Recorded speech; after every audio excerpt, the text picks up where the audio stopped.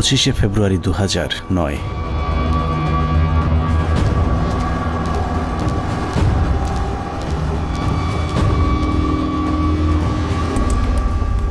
মহাজোট সরকার ক্ষমতায় আসার মাস দেড়েকের মাথায় বর্বরতম এক হত্যাকাণ্ডের মাধ্যমে ভেঙে দেয়া হয় সীমান্তে উঁচু করে যারা শত্রুর সামনে প্রাচীর হয়ে থাকত তাদের মেরুদণ্ড। বিডিআর সেনাবাহিনীর সমন্বয়ে গঠিত সুশৃঙ্খল একটি বাহিনীর মগজে বিষ বাষ্প ঢুকে উস্কে দেওয়া হয় হিংসা আর প্রতিশোধের আগুন।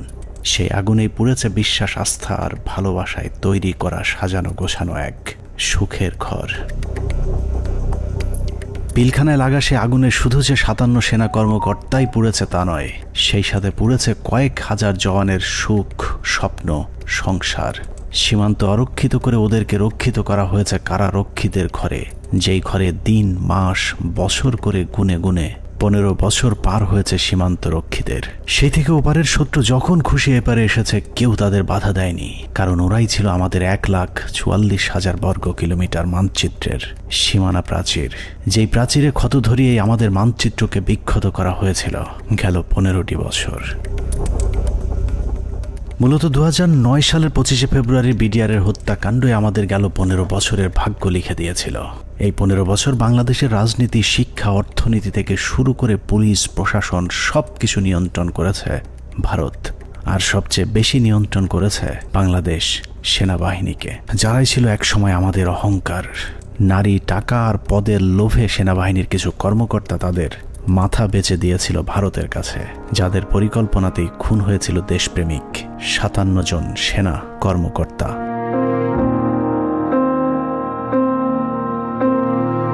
25শে ফেব্রুয়ারি পিলখানায় আসলে কি ঘটেছিল, কেন ঘটেছিল, সেই ঘটনার পরে কি ঘটেছিল, কিংবা এখন আসলে কি ঘটছে তা নিয়ে আমাদেরকে যতটুকু জানানো হয়েছে তার চেয়েও অনেক বেশি আমাদের থেকে গোপন করে রাখা হয়েছে। ঘটনার শুরু থেকে শেষ পর্যন্ত আমরা যতটুকু জেনেছি তার পুরোটাই পিলখানার মূল ঘটনার বিকৃত এক রূপ, যেখানে সত্যের কোনো বালাই নেই। হাসিনা সবকিছু জানতো। এই বিডিআর এর ঘটনা হাসিনা আসার 1 মাস পরেই কেন ঘটলো? হাসিনা এবং মঈনুদ্দিন এটা জানতো, কাজেই হাসিনাকে একদিন জবাব দিতেই হবে। এটা পিলখানা হত্যাকাণ্ডকে আমরা যদি একটি মুদ্রা হিসেবে ধরি, তাহলে এতদিন আমরা সেই মুদ্রার এক পিঠ দেখেছি, যার আরেক পার্শ্ব আরো ভয়ঙ্কর, আরো নৃশংস, আরো বর্বর, অমানবিক। আমরা শুধু 57 সেনা কর্মকর্তার গল্প শুনেছি, কিন্তু তার চেয়েও কয়েক গুণ মানুষকে হত্যা করা হয়েছে, যেই খবর বিডিআরের পরিবারের বাইরে আর কাউকে জানতে দেওয়া হয়নি।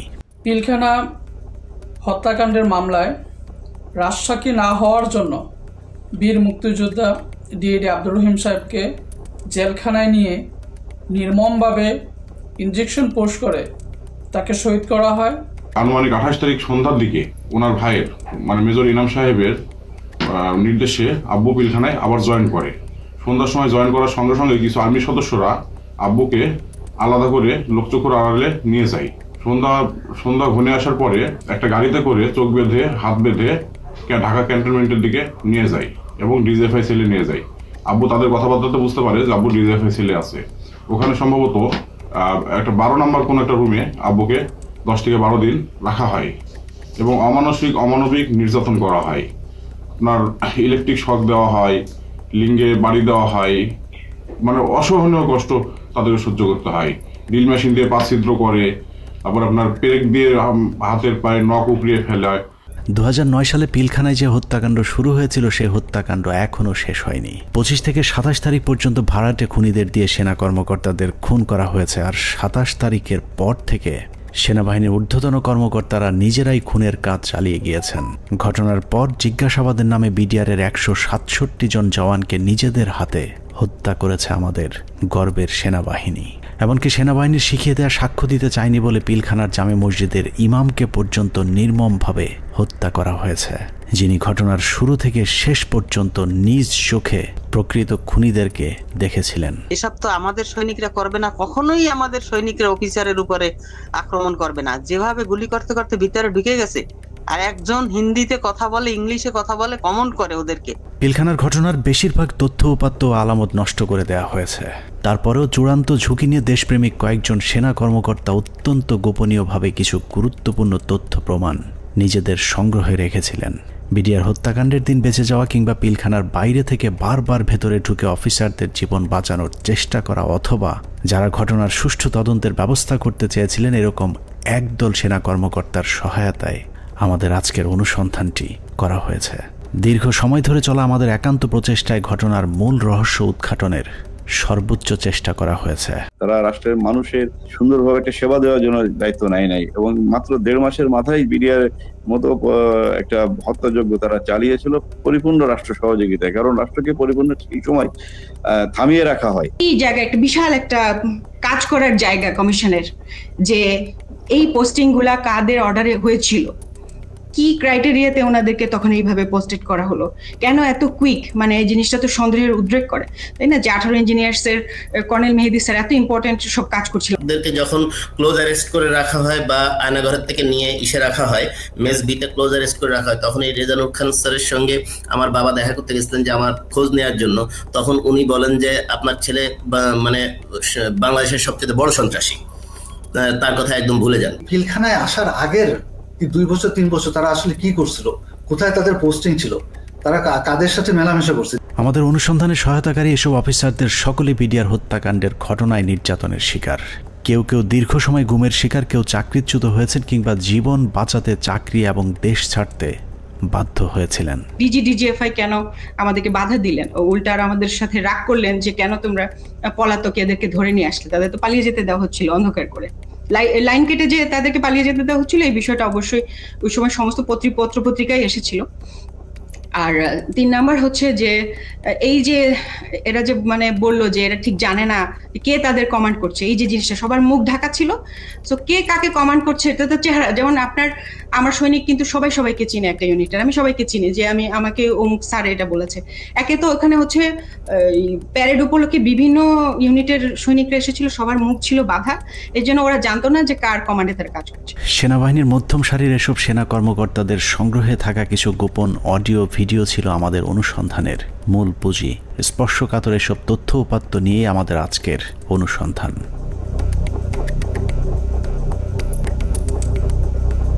অনুসন্ধানের শুরুতেই একটি তদন্ত প্রতিবেদনের কয়েকটি লাইনে চোখ বোলানো যাক। যে প্রতিবেদনটি পিলখানা হত্যাকাণ্ডের পরের 18 কর্মদিবসের মধ্যে তৈরি করা হয়েছিল, কিন্তু আজও পর্যন্ত তা প্রকাশ করা হয়নি। কারণ এই প্রতিবেদনেই ঘটনার মূল রহস্য লুকিয়ে আছে। যদিও মূল ঘটনার 50 প্রতিবেদনে উঠে আসেনি, যে কারণেই প্রতিবেদনের সীমাবদ্ধতায় বলা হয়েছে তদন্তের স্বার্থেই কমিটি কয়েকটি সংস্থার প্রধান গুরুত্বপূর্ণ ব্যক্তিকে জিজ্ঞাসাবাদ এবং বিভিন্ন গোয়েন্দা সংস্থার নিকট হতে গোয়েন্দা তথ্য সংগ্রহ করা আবশ্যক বলে মনে করেছে, কিন্তু পর্যাপ্ত সহযোগিতার অভাবে কাজগুলো করা সম্ভব হয়নি। ফলশ্রুতিতে পর্যাপ্ত তথ্য প্রমাণ সহ এই বিদ্রোহ এবং হত্যাকাণ্ডের মূল ষড়যন্ত্রকারীদেরকে শনাক্ত করা এবং ঘটনার পেছনের মূল কারণ বা মোটিভ উদ্ঘাটন করা সম্ভব হয়নি। এছাড়া প্রতিবেদনের মন্তব্যে বলা হয়েছে তদন্ত কমিটি সংশ্লিষ্ট গোয়েন্দা সংস্থা সমূহ যেমন এনএসআই, ডিজিএফআই, র্যাব, সিআইটি এবং পুলিশের এসবিকে তাদের সংগৃহীত বিভিন্ন গোয়েন্দা তথ্য প্রয়োজনীয় প্রমাণাদি পেশাগত দৃষ্টিকোণ থেকে বিশ্লেষণ করে কমিটির নিকট সরবরাহ করার জন্য অনুরোধ করেছিল, কিন্তু বর্ণিত সংস্থাসমূহ হতে কোনো সহযোগিতা পাওয়া যায়নি। প্রতিবেদনের এই লাইনগুলো পড়লেই বোঝা যায় পিলখানা হত্যাকাণ্ডের পরপর গঠিত ওই তদন্ত কমিটি ঘটনার মূল রহস্য উদ্ঘাটন করুক, এটা সরকার কিংবা সেনাবাহিনী কেউই চায়নি। ওই প্রতিবেদনের মতোই পিলখানা হত্যাকাণ্ডের সবকিছুই আমাদের থেকে আড়াল করে রাখা হয়েছে। 2009 সালের 25শে ফেব্রুয়ারি সকালে পিলখানায় দরবার শুরুর পর থেকে 26 তারিখ বিকেল 5টা পর্যন্ত সরকারের পক্ষ থেকে যা কিছু করা হয়েছে সবই জিম্মি হওয়া সেনা কর্মকর্তাদেরকে হত্যার উদ্দেশ্যে, কাউকে বাঁচানোর জন্য নয়। 25 তারিখ সকাল থেকেই তৎকালীন প্রধানমন্ত্রী শেখ হাসিনা, 3 বাহিনী প্রধান, ডিজিএফআই, এনএসআই প্রধান, সামরিক সচিব তারেক সিদ্দিকী সহ সকলেই সেনা কর্মকর্তাদের হত্যার মিশন সম্পূর্ণ করবার জন্যে শেখ হাসিনার তৎকালীন সরকারি বাসভবন যমুনায় অবস্থান করছিলেন। পিলখানার ঘটনায় বেঁচে আসা সেনা কর্মকর্তাদের একজন মোহাম্মদ জাহিদি আহসান হাবিব দরবার হলে গোলাগুলি শুরুর পর তিনিই প্রথম জেনারেল তারেক সিদ্দিকীকে ফোন করে বলেছিলেন তাদেরকে বাঁচানোর জন্য, কিন্তু তারেক সিদ্দিকী ফোন কেটে দেন। তারপর থেকে আর তারেক সিদ্দিকীকে টেলিফোনে পাওয়া যায়নি। আমাদেরকে যাতে সাহায্য করার জন্য, যাতে আর্মি যাতে আমাদেরকে হেল্প করে, তার জন্য আমি জেনারেল তারেককে আমি সাহায্য চেয়েছিলাম। আমি জেনারেল তারেকের সাথে জেনারেল শাকিলের কথা বলে দিয়েছিলাম আর্মিরা যাতে এখানে ইন্টারভেনশন করে, আর্মি যাতে পাঠায়, কিন্তু তারা কোনো আর্মি পাঠায়নি বা আমাদের কোনো সাহায্য করা হয়নি। পিলখানা থেকে বেঁচে ফেরা মেজর জায়েদের বক্তব্যের অনুরূপ তথ্য অপ্রকাশিত সেই প্রতিবেদনেও উঠে এসেছে, যেখানে বলা হয়েছে আনুমানিক সকাল 9:30 ঘটিকায় মহাপরিচালক বিডিআর স্বয়ং প্রধানমন্ত্রী, সেনাপ্রধান, মহাপরিচালক র্যাব এবং মহাপরিচালক ডিজিএফআই এর সাথে ফোনে কথা বলেন।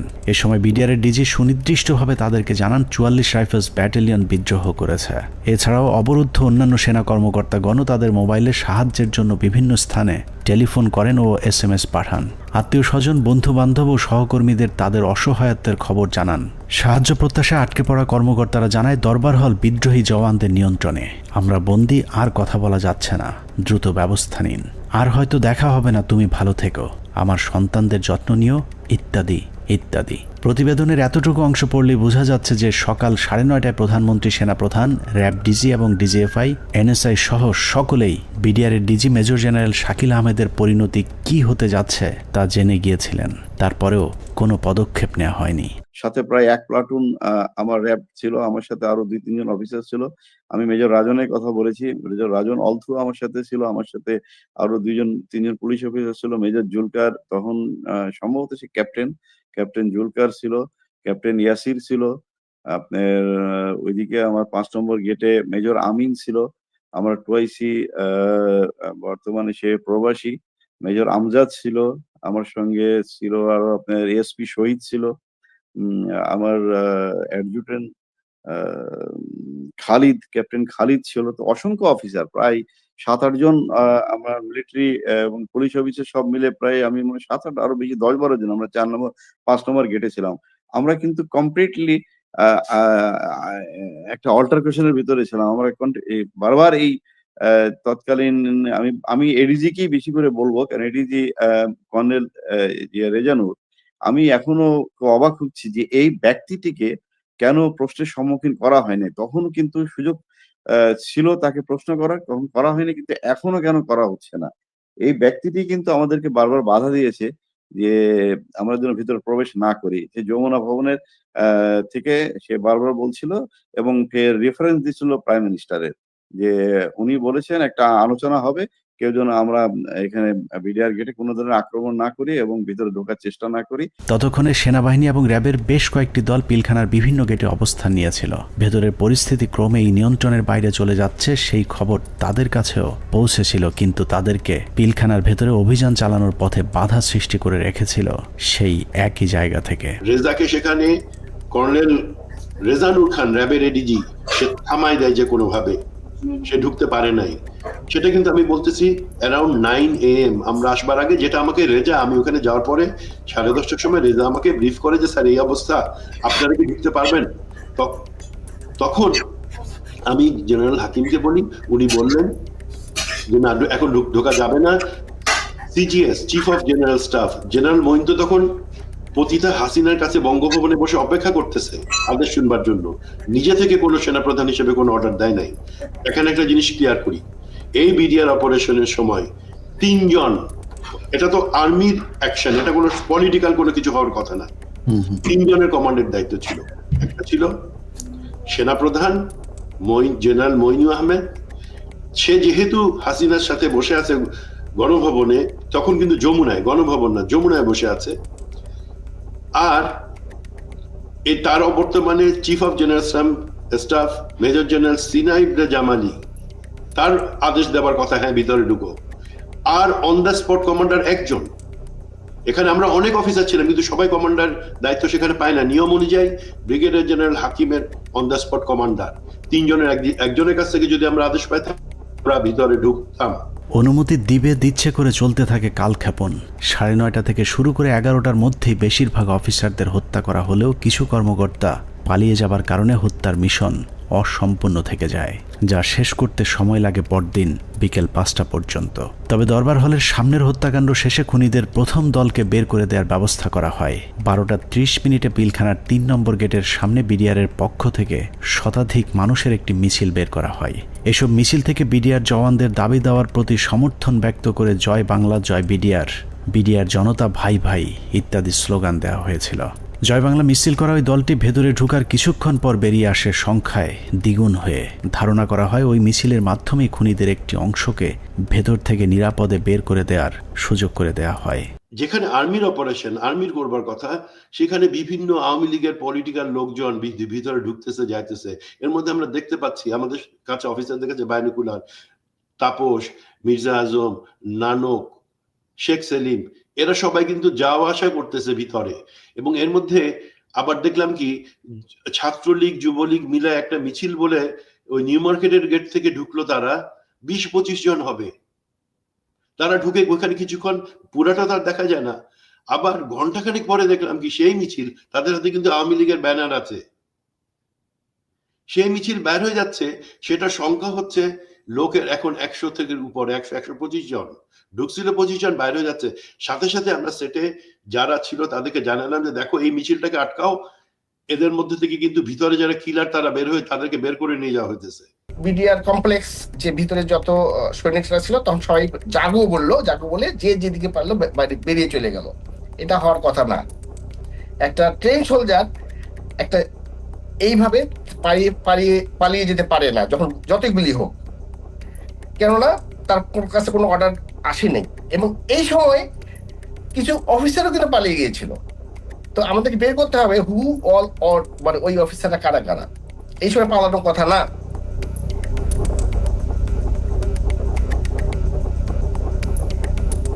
দুপুর 1:30।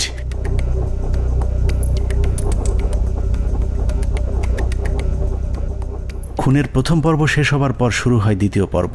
বেলা বাড়ার সাথে সাথে দরবার হলে নৃশংস হত্যাযজ্ঞের খবর ছড়িয়ে পড়ে পুরো পিলখানায়। এতে অধিকাংশ বিডিআর সদস্যরা আতঙ্কিত হয়ে পড়েন।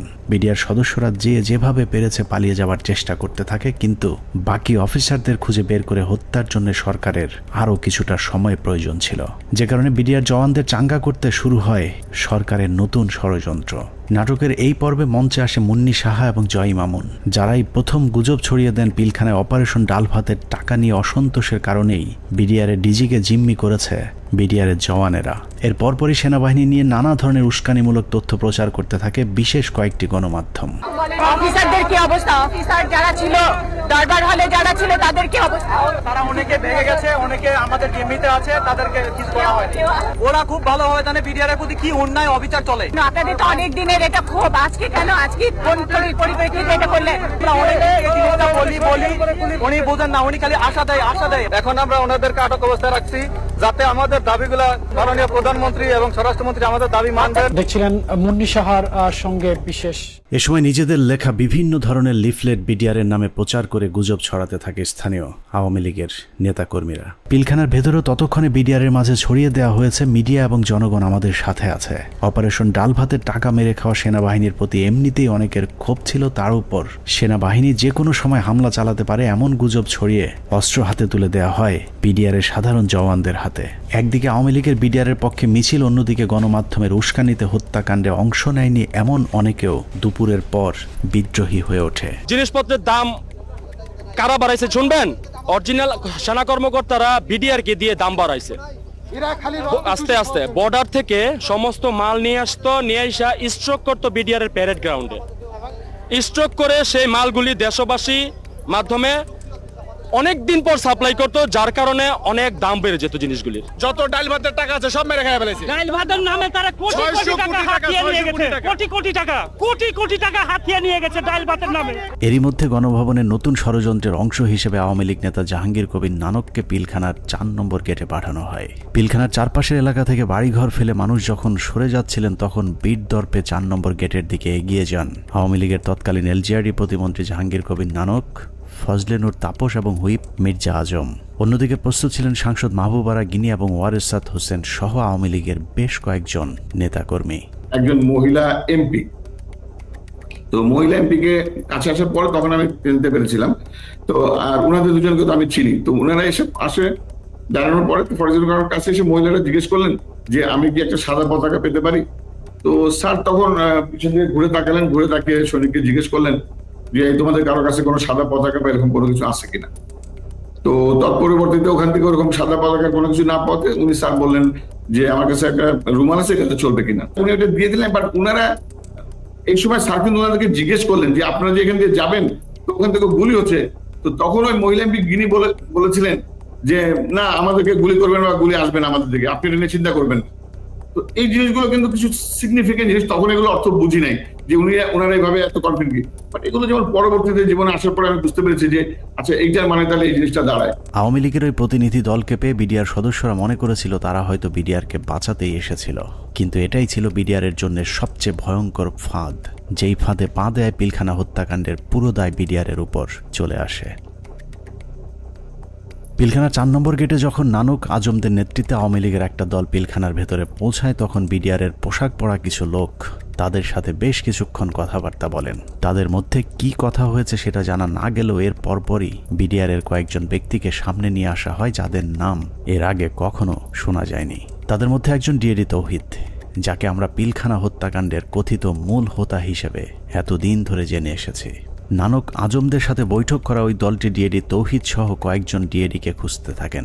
বিডিআরের পোশাক পরা ওই দলটি ডিএডি তৌহিদের পিলখানার বাসায় গিয়ে তৌহিদের সন্ধান চেয়েছিলেন, কিন্তু বিডিআরের পোশাক পরা থাকলেও ডিএডি তৌহিদ সেনাবাহিনী নাকি বিডিআরের কর্মকর্তা সেটাও তারা জানতেন না। আমার বাসার সামনে নেম প্লেট ছিল তৌহিদ লেখা, জিজ্ঞেস করতেছে যে তৌহিদ উনি কি বিডিআর না আর্মির? আমি বলছি উনি বিডিআর এর র্যাঙ্ক কি? ডিএডি কি আর্মির না বিডিআর এর? মানে ওনারা এটাও চিনে না যে ডিএডি র্যাঙ্ক আর্মি বিডিআর এ হয়, বুঝেন? তাহলে ডিএডি তৌহিদের পরিবারকে ভয়ভীতি দেখিয়ে তার অবস্থান জানা হয়।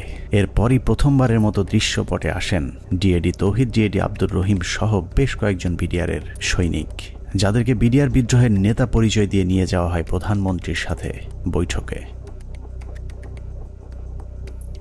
বেলা 3:40 বিডিআরের 14 দলের একটি প্রতিনিধি দল শেখ হাসিনার বাসভবন যমুনায় প্রবেশ করেন। পিলখানা হত্যাকাণ্ড নিয়ে করা গোপন সেই প্রতিবেদনে উল্লেখ করা হয়েছে বিডিআরের ওই প্রতিনিধি দলটি যমুনায় শেখ হাসিনার সাথে বৈঠকের সময় সেখানে আর কাউকে থাকতে দেওয়া হয়নি। অর্থাৎ পিলখানার ভেতরে সেনা কর্মকর্তাদের ভাগ্যে কি ঘটেছিল সেই খবর একমাত্র শেখ হাসিনাকেই জানানো হয়েছিল। যমুনায় বৈঠক শেষে বিডিআরের প্রতিনিধি দল গেটের বাইরে আসার পর অপেক্ষমান সাংবাদিকদের সাথে কথা বলেন। সেখানে নানান প্রশ্নের জবাব দেওয়ার পর ভেতরে কতজন শহীদ হয়েছেন সেটা নিয়ে জিজ্ঞেস করতেই ডিএডি তৌহিদকে সেখান থেকে সরিয়ে নিয়ে যায় জাহাঙ্গীর কবির নানক।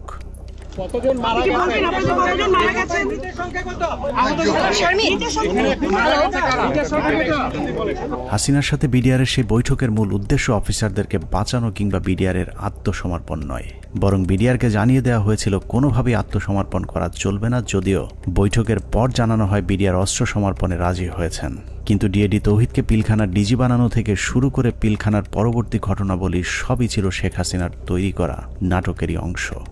মাননীয় প্রধানমন্ত্রী তাদের আবেদনের পরিপ্রেক্ষিতে, বিডিআর সদস্য ভাইদের আবেদনের পরিপ্রেক্ষিতে আজকের ঘটনার সাধারণ ক্ষমা ঘোষণা করেছেন। সে বৈঠকের পর রহস্যজনক একটি বিষয় লক্ষ্য করা যায়। শেখ হাসিনা বিডিআরের প্রতিনিধি দলের সাথে বৈঠকে পিলখানায় আটকে পড়া নারী ও শিশুদের মুক্তির দাবি করলেও জিম্মি থাকা সেনা কর্মকর্তাদের মুক্তির বিষয়ে কোনো কথা বলেননি।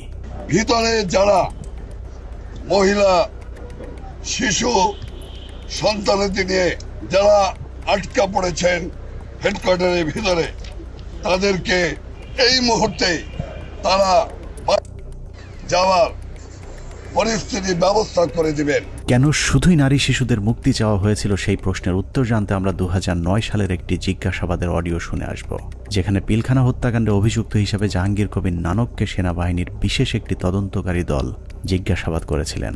যদিও সেই অনুসন্ধান আর চলতে দেওয়া হয়নি, তারপরেও সেদিনের জিজ্ঞাসাবাদে কি কথা হয়েছিল তার পুরো ক্যাসেটটি সেনাবাহিনীর একটি সূত্র আমাদের কাছে পাঠিয়েছে।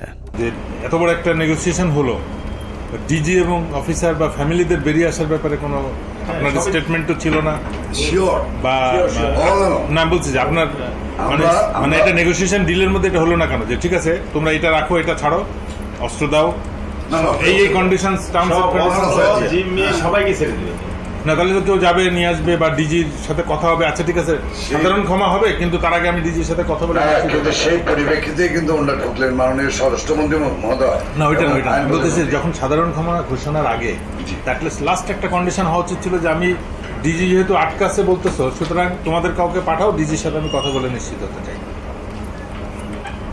মানে তখন কিন্তু অলরেডি দেশের 16 কোটি মানুষ কোনো না কোনোভাবে আন্দাজ করে ফেলছে যে ডিজি মারা গেছে।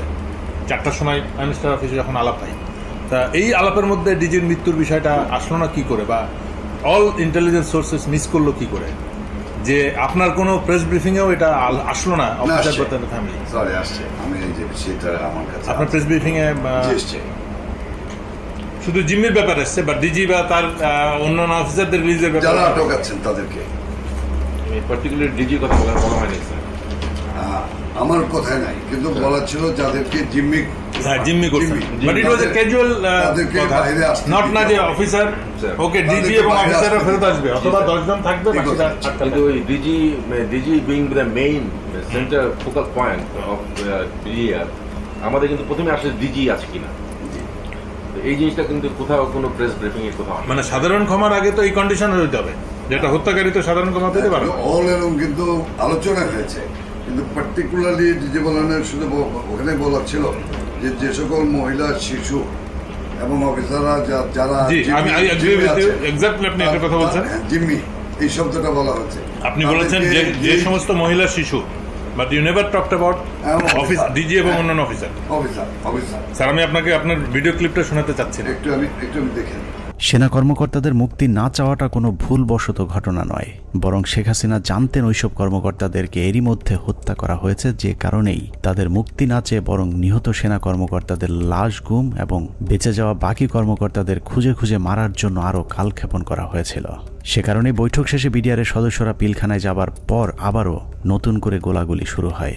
অপ্রকাশিত ওই প্রতিবেদনে বলা হয়েছে, এ সময় বিদ্রোহীরা তাদের অপকর্মের সুবিধার্থে পিলখানার অভ্যন্তরে বিশেষ বিশেষ স্থানে বিদ্যুৎ নিভিয়ে দেয়, কিন্তু সরকারের পক্ষ থেকে ওইসব এলাকায় বিকল্প ব্যবস্থায় আলোকিত করার কোনো ব্যবস্থা করা হয়নি এবং তদন্তকারী দল এ ব্যাপারে কোনো সদুত্তরও দেয়নি। প্রতিবেদনের পরের অংশে অত্যন্ত গুরুত্বপূর্ণ কিছু তথ্য দেওয়া হয়েছে, যেখানে বলা হয়েছে সরকার ঘোষিত সিদ্ধান্ত ও আলোচনার প্রেক্ষিতে পিলখানার ভেতরে আটককৃত অফিসার ও তাদের পরিবারের সদস্যদের বের করে আনার সুযোগ হতে পারে, এ চিন্তায় ডিএমপির 10টি ট্রাক ও 10টি বাস 4 নম্বর গেটের সামনে নিয়ে যাওয়া হয়। সেই 10টি ট্রাক ও 10টি বাসে করে কাদেরকে নেওয়া হয়েছিল সেই প্রশ্নের উত্তর পাওয়া গেলেই অনেক কিছু পরিষ্কার হয়ে যাবে। রাত 8টায় হোটেল আম্বালাইনে শুরু হয় নাটকের আরেক পর্ব।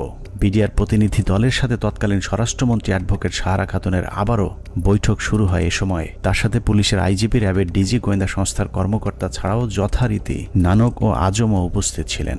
এসব আলোচনাগুলোতে আসলে বিডিআরের কোনো সিদ্ধান্ত জানানোর সুযোগ ছিল না। সরকারের পক্ষ থেকে যা সিদ্ধান্ত নেওয়া হতো সেটাই বিডিআরের দাবি বলে প্রচার করা হয়েছে। ওই মিটিং শেষে গণমাধ্যমকে আবারও জানানো হয় বিডিআর অস্ত্র সমর্পণে রাজি হয়েছেন, তবে সেনাবাহিনীর কাছে নয়, তারা পুলিশের কাছে অস্ত্র সমর্পণ করবেন। কথা মতো রাত 1টায় স্বরাষ্ট্রমন্ত্রী সাহারা খাতুন, আইন প্রতিমন্ত্রী অ্যাডভোকেট কামরুল ইসলাম এবং পুলিশের মহাপরিদর্শক সহ আওয়ামী লীগের কয়েকজন নেতাকর্মী একটি বিশেষ গাড়ি যোগে পিলখানার ভেতরে প্রবেশ করেন।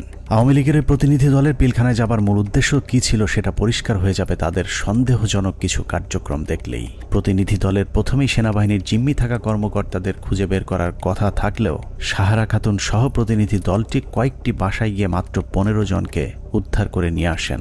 অথচ সেনাবাহিনীর কর্মকর্তারা কোথায় আছেন, তাদের পরিবারের কি পরিণতি হয়েছে, এ ব্যাপারে কোনো আগ্রহ দেখায়নি আওয়ামী লীগের ওই প্রতিনিধি দলটি। গণমাধ্যম যেন এ বিষয়ে কোনো প্রশ্ন তুলতে না পারে সেজন্যও শুধুমাত্র বিটিভির একজন পরীক্ষিত আওয়ামী সাংবাদিককে পিলখানার ভেতরে নিয়ে যাওয়া হয়, যার নাম মুশফিকা নাজনীন, যিনি মুন্নী শাহর ঘনিষ্ঠ বান্ধবী। 25 তারিখ থেকে পরবর্তী কয়েকদিনের সব অপকর্মের সাক্ষী সাংবাদিক মুশফিকা নাজনীনকে জিজ্ঞাসাবাদ করলে ওই রাতের অনেক প্রশ্নের উত্তর পাওয়া যাবে।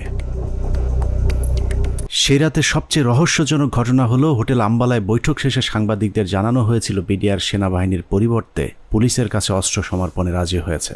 অথচ সরকারের প্রতিনিধি দলটি 10,000 বিডিআরের অস্ত্র জমা নিতে পিলখানায় আইজিপি ছাড়া কোনো পুলিশ সদস্য তাদের সাথে নেয়নি।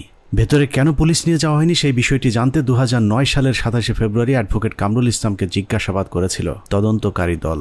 সেই রেকর্ডের একটি কপি আমাদের অনুসন্ধানে উঠে এসেছে। কোর্টের থেকে যখন বেরিয়ে আসেন মাননীয় স্বরাষ্ট্রমন্ত্রী বলেন যে ঠিক আছে আপনারা জমা দিতে থাকেন, আমরা যাই। না জমা রাখার পরে যেটা উনি বাইরে এসেও মিডিয়াকে বলেছিলেন, হ্যাঁ ওনারা জমা দিচ্ছেন, আমি চলে আসছি। হ্যাঁ এইটাই মনে হয় এরকম চাবি নিছে না দিছে, সকাল পর্যন্ত তারা সব জমা করে দেবে। আমাদের 8টা সাড়ে 8টার মধ্যে আমরা আবার পুলিশের হ্যান্ড ওভার করে দেবে পিটিআই। এটাই কিন্তু ফাইনাল কথা আমাদের সাথে। সেই অনুযায়ী সকালে আমরা গেছি ওখানে, মানে পুলিশকে হ্যান্ড ওভার করবে কিন্তু কোনো পুলিশ যায়নি ভিতরে। সকালে তো পুলিশ না বলছি যে না, রাত্রে যে হ্যান্ড ওভার হলো, রাত্রে তো পুলিশের কাছে যায় নাই অস্ত্র, সুতরাং তাদের কাছে ছিল, তাদের কাছে রয়ে গেল। পুরো ঘটনাটা যে পরিকল্পিত সেটা বিটিভির ধারণ করা ওই ফুটেজ দেখলেই বোঝা যাবে। বিডিআরের সকল সদস্যের অস্ত্র সমর্পণ করার কথা থাকলেও হাতে গোনা কয়েকজন তাদের অস্ত্র জমা দেয়। ছোট একটি টেবিলের উপর যখন বিডিআর সদস্যরা অস্ত্র জমা দিচ্ছিল, ঠিক একই সময়ে অন্য বিডিআর সদস্যরা অস্ত্র হাতে নিয়ে বীরের মতো পাশে হাঁটাহাঁটি করছিলেন। ঘটনার এখানেই শেষ নয়। অস্ত্র সমর্পণের নাটক শেষে যারা অস্ত্র জমা দিয়েছিলেন তারাই আবার জমা দেওয়া অস্ত্রগুলো হাতে তুলে নিচ্ছিলেন। বিটিভির ক্যামেরাম্যান হয়তো ভুলক্রমে নাটকের বাইরের ওই দৃশ্য ধারণ করে ফেলেছিলেন। 25 তারিখ রাত যতই গভীর হয়েছে, সরকারের ষড়যন্ত্র ততই দিনের মতো পরিষ্কার হতে থাকে। সরকারের পরিকল্পনায় রাতে বিডিআরের আত্মসমর্পণের দাবি করে পিলখানায় ঢোকা সরকারি প্রতিনিধি দল ভোর 4:10 বেরিয়ে আসে নিজেদের বাছাই করা মাত্র 15 জন জিম্মিকে উদ্ধার করে।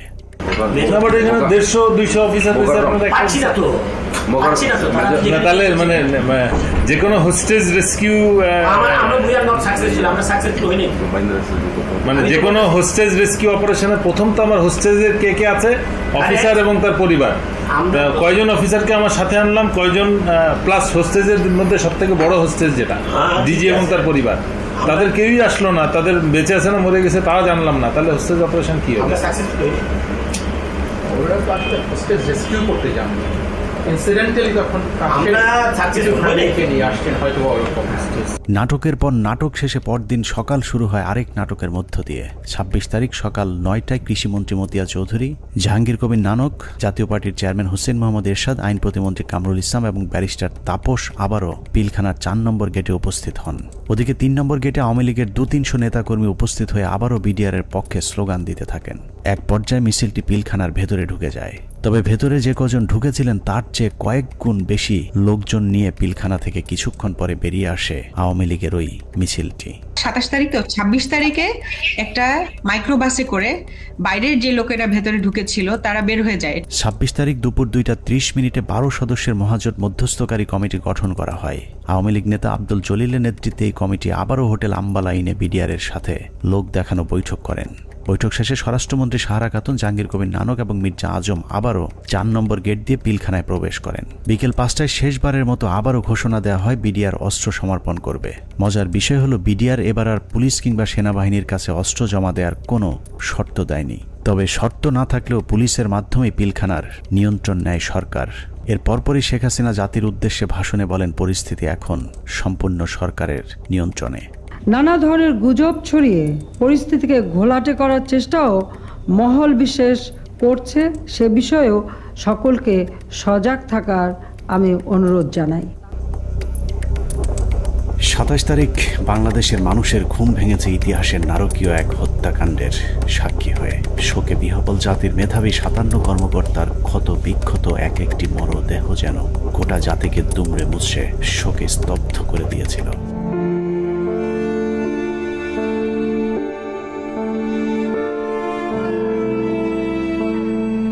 এভাবেই শেষ হয় শ্বাসরুদ্ধকর পিলখানা ট্র্যাজেডির 33 ঘন্টা। পিলখানার ঘটনা নিয়ন্ত্রণে আনতে কেন 2 দিন সময় লাগলো?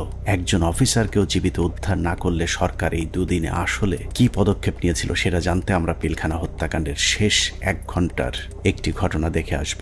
27 তারিখ বিকেল 5টায় বিডিআরের অস্ত্র সমর্পণের ঘণ্টাখানেক আগে শেখ তাপসের নেতৃত্বে একটি দল শেষবারের মতো মাইকিং করে জীবিত কেউ থাকলে বের হয়ে আসার অনুরোধ করেছিলেন। মাইকিং শুনে যেসব সেনা কর্মকর্তারা জীবন বাঁচাতে গাড়ির কাছে গিয়েছিলেন তাদের একজন ক্যাপ্টেন তানভীর, যার লাশ এখনো খুঁজে পাওয়া যায়নি।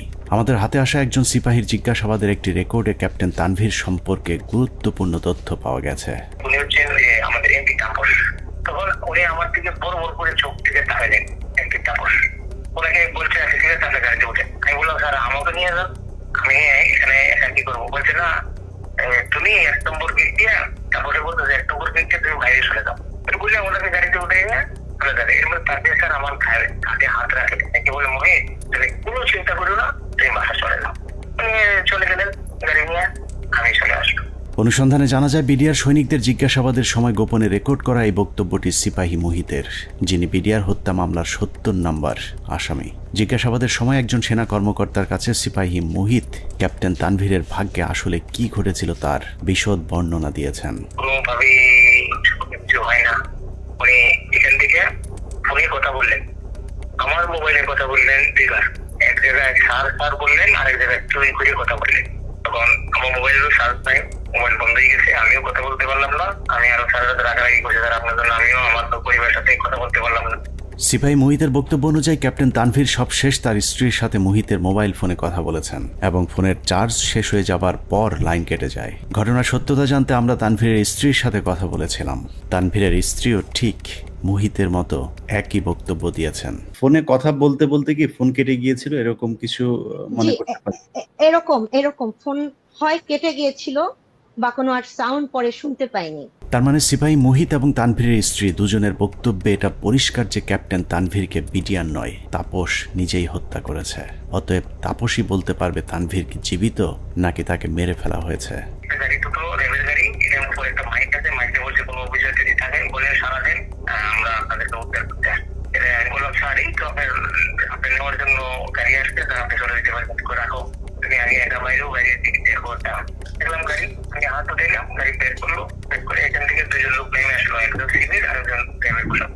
আমাকে বললো যে কি করছো, এখানে একজন অফিসার আসলো, আসা করে জিজ্ঞেস করলো যে আপনি কে? উনি বলছেন যে আমি ক্যাপ্টেন তানভীর। উনি হচ্ছেন যে আমাদের এমপি তাপস, যে লোকটা এই লোকটা হচ্ছে এমপি তাপস। তখন উনি আমার দিকে বড় করে চোখ থেকে তাকালেন এমপি তাপস, ওনাকে বলছে তাদের গাড়িতে উঠে। সূত্র জানিয়েছে মুহিতের জিজ্ঞাসাবাদের এই রেকর্ডটি সিআইডিতে থাকাকালীন সেনাবাহিনী এবং র্যাবের কয়েক দফা জিজ্ঞাসাবাদ শেষে মুহিতকে সিআইডিতে জিজ্ঞাসাবাদের সময় মুহিত বলেন, আমার কোনো দোষ নেই, আমার অপরাধ একটাই, তা হলো জিজ্ঞাসাবাদে আমি ক্যাপ্টেন তানভীরকে তাপসের গাড়িতে তুলে দেওয়ার কথা সেনাবাহিনীর কর্মকর্তাদেরকে জানিয়েছিলাম। কোনো একটি জিজ্ঞাসাবাদের সময় তাপস নিজে উপস্থিত থেকে মুহিতকে নির্যাতন করেছেন বলেও অভিযোগ করতে শোনা যায় সিপাহী মুহিতের ওই গোপন রেকর্ডে। তানভীর স্যারকে ফোন করেন, তানভীর স্যারে আমি তানভীর স্যারকে কথা দিচ্ছি, তানভীর স্যারকে তাপস স্যারের গাড়িতে উঠে দিচ্ছি, উনি যা বলতো তাই। উনি যদি আমি বলে যে আমি ওনাকে পাতাই না, তাহলে আমার বাড়িটা তিনি বলছি তাপসের কথা আমাকে এমন টিকাই দিল, দিয়ে আমাকে নিয়ে আবার সেনের ভিতরে রাখলো। রাখার পরে আবার লোক আসলো, তাপস সাপ আসছে, তাপস সাপকে নিয়ে আসে তারা। এনে বলে স্যার ওই সাবার কথা সবাই আপনার বলে আপনাকে তানভীরকে রেখে আপনি নিয়ে আসতে নিয়ে আসে। সে এমন জোরে থাপ্পড় মারলো আমাকে একটা, আমি একটা বাড়িতে বলে গেলাম। উঠাই বলছে তুই এই কথা আর কখনো যাতে তোর মুখ দিয়া না আসে। পিলখানা ট্র্যাজেডির ৩৩ ঘন্টা মূলত সেনাবাহিনীর যেসব অফিসার বেঁচে ছিলেন তাদেরকে খুঁজে খুঁজে মারার জন্যই কালক্ষেপণ করা হয়েছিল, যে অভিযানের শেষ হয় তানভীরকে গুম অথবা খুন করার মধ্য দিয়ে। বিএম এর ক্যারেট দিয়ে দিতে পারতো, ৫ জন করে প্রত্যেক বছর এখানে দেওয়া যায়, সেটা যদি না দিতে পারতো তাহলে তাদের দিতে পারতো। কিন্তু এরা তো জানে যে আমার অফিসার না, সে জানে যে এটা আর্মির অফিসার। আপনি থেকে পার্মানেন্ট যদি চলে আসতো তাহলে সে জানতো এটা আমার অফিসার, কোন অবস্থায় মারতো না, মারতে গেলে নিজেদের মধ্যে যুদ্ধ লেগে যেত। পিলখানা ট্র্যাজেডি বলতে আমরা শুধুই ২৫ থেকে ২৭ ফেব্রুয়ারির হত্যাকাণ্ডকেই জানি, কিন্তু পিলখানার মূল ট্র্যাজেডির শুরু হয়েছিল বিডিআর অস্ত্র সমর্পণের পর। সিপাহী মুহিতের মতো যারাই মূল ঘটনা তুলে ধরতে চেয়েছিলেন তাদেরকেই ঠান্ডা মাথায় হত্যা করা হয়েছে। ২০০৯ সালের মার্চের ৩ তারিখ বিডিআরেরা কাজে যোগ দেওয়ার পর থেকে জিজ্ঞাসাবাদের নামে সেনাবাহিনী মোট ১০৮ জন বিডিআর জওয়ানকে হত্যা করেছে।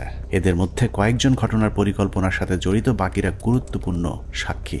নিরীহ এসব বিডিআর সদস্যদের মৃত্যুর কারণ, পোস্টমর্টেম রিপোর্ট কিংবা হত্যাকাণ্ডের তদন্ত কোনো কিছুতেই বিডিআর পরিবারকে হস্তক্ষেপ করতে দেওয়া হয়নি। এমনকি গণমাধ্যমে কথা বলা নিয়েও দেয়া হয়েছিল কঠোর নিষেধাজ্ঞা। পিলখানা হত্যাকাণ্ডের পর জিজ্ঞাসাবাদে যারাই সত্য ঘটনা তুলে ধরতে চেয়েছে তাকেই হত্যা করা হয়েছে, কারণ পিলখানা হত্যাকাণ্ডের পরিকল্পনার সাথে সেনাবাহিনী এবং আওয়ামী লীগের কোন কোন ব্যক্তি জড়িত ছিল তা একমাত্র বিডিআর সদস্যরাই জানত, যে কারণে বিডিআরের গুরুত্বপূর্ণ সাক্ষীদেরকে জিজ্ঞাসাবাদের নামে নির্মমভাবে হত্যা করা হয়। আমি কেন 16 বছর জেল খাটলাম, এই জেল খাটার যে কারণ, এই কারণ আজ পর্যন্ত আমি আবিষ্কার করতে পারি নাই। আমার কাছে অত্যন্ত আশ্চর্যের কোয়েশ্চেন ছিল যে একটা নিরপরাধ মানুষকে কিভাবে 16টা বছর একটা দেশের বিচার বিভাগ আটকিয়ে রাখতে পারে। পিলখানার ভিতরে হত্যাকাণ্ডের সময় ভাই একটা পরিষ্কার একটা ছাই রঙের একটা পিকআপ ছিল, আমার সেলিম যেটা বলে, স্যার আমাদের মারার কোনো পরিকল্পনা ছিল না, দেখেন আমিও ইনজুর্ড, মানে রিকোয়েস্টেড গুলি তার হাতে লেগেছিল, আমাকে দেখাইছি, আমি দেখছি, তার কাছে কাগজও ছিল। তো আমি বললাম যে তুমি তো সবার কাম 1 by 1 বললাম, তো ঘটনা এটা কেন? তো স্যার আমরা তো এর মধ্যে ছিলাম না, আমার কথা ছিল আমাদের পরিকল্পনা একরকম ছিল, এখানে এটা ছিল না, কিন্তু বাইরে থেকে একটা পিক আপ আসে, এই পিক আপ থেকে গুলি করে, তো সেখানে তো স্যার আমাকেও চিনে না, ওই সাদ্দর এক লাইনে ছিল, তো গুলিটা সাদ্দের গায়ে লাগে, ওই গুলির একটা অংশ আমার গায়ে লাগে। এবং এইটা করে সম্পূর্ণ বহিরাগত, আমি বিশ্বাস করি এটা ভারত থেকে আসা, যাদেরকে পরে সুন্দর করে পার করে দেওয়া হয়, একটা অংশ চলে যায় গাড়িতে করে আসাদুজ্জামান নূর এলাকার ওই এলাকা দিয়ে, আরেকটা অংশ যায় বিমানে, এই অংশটাকে ফলো করে ডিজিএফআই, তাদেরকে ঢুকতে দেওয়া হয়নি এয়ারপোর্টে, এবং সেটা বের হয়ে যায় অ্যাম্বুলেন্সের মাধ্যমে, আঞ্জুমান মফিজের অ্যাম্বুলেন্সের মাধ্যমে চলে যায়। তো এটা সম্পূর্ণ বহিরাগত পরিকল্পনা, সহযোগিতা করে আমাদের কিছু সেনাবাহিনী অফিসার, ভিতরে ছিল কর্নেল শামস তার ব্যাটালিয়নের সদস্য, আর বাইরে তো বললাম রেজানুর কাজ করে নাই। আর আমাদের শেখ হাসিনা যদি থাকে জড়িত, কে কি কাজ করবে, কাজ করতে পারে নাই। তবে আমি মনে করি দায়িত্ব পালনের অনীহা, এই কারণে সবাইকে আইনের আওতায় নিয়ে আসা উচিত। আমাদের দুর্ভাগ্য, মইনুল আমাদের সেনাপ্রধান ছিলেন, এটা আমাদের লজ্জা। পরবর্তীতে সেনাপ্রধান থাকেন যেন মুবিন, ইনিও এই অনাচার করে গেছেন। হত্যাকাণ্ডের সবচেয়ে গুরুত্বপূর্ণ সাক্ষী ছিলেন পিলখানা জামে মসজিদের পেশ ইমাম মাওলানা মোহাম্মদ সিদ্দিকুর রহমান। দরবার হলে সেদিন কি ঘটেছিল তার সবচেয়ে কাছ থেকে তিনিই দেখেছিলেন। সে ছিল মেন সাক্ষী। আমাকে বলছে যে আমরা 3 জন মেন সাক্ষী, এখন 3 জন মেন সাক্ষী হান বাঁচায় না মাইরে ফেলায় তো জানি না। আমি বলছি যে তুমি যা যা হয়েছে ওখানে দরবারে যা অফিসাররা বলছে এগুলো বলতে গেলা কেন? বললে কি হবে? সত্যি কথা বলবো না? হাসিনা ইচ্ছে করে মারছে, বলবো না? আমি যদি মরে যাই মরে যাবো, তার অসুবিধা। পিলখানা জামে মসজিদের ইমাম সাহেব শুধু দরবার হল নয়, আরো অনেক কিছু সাক্ষী ছিলেন।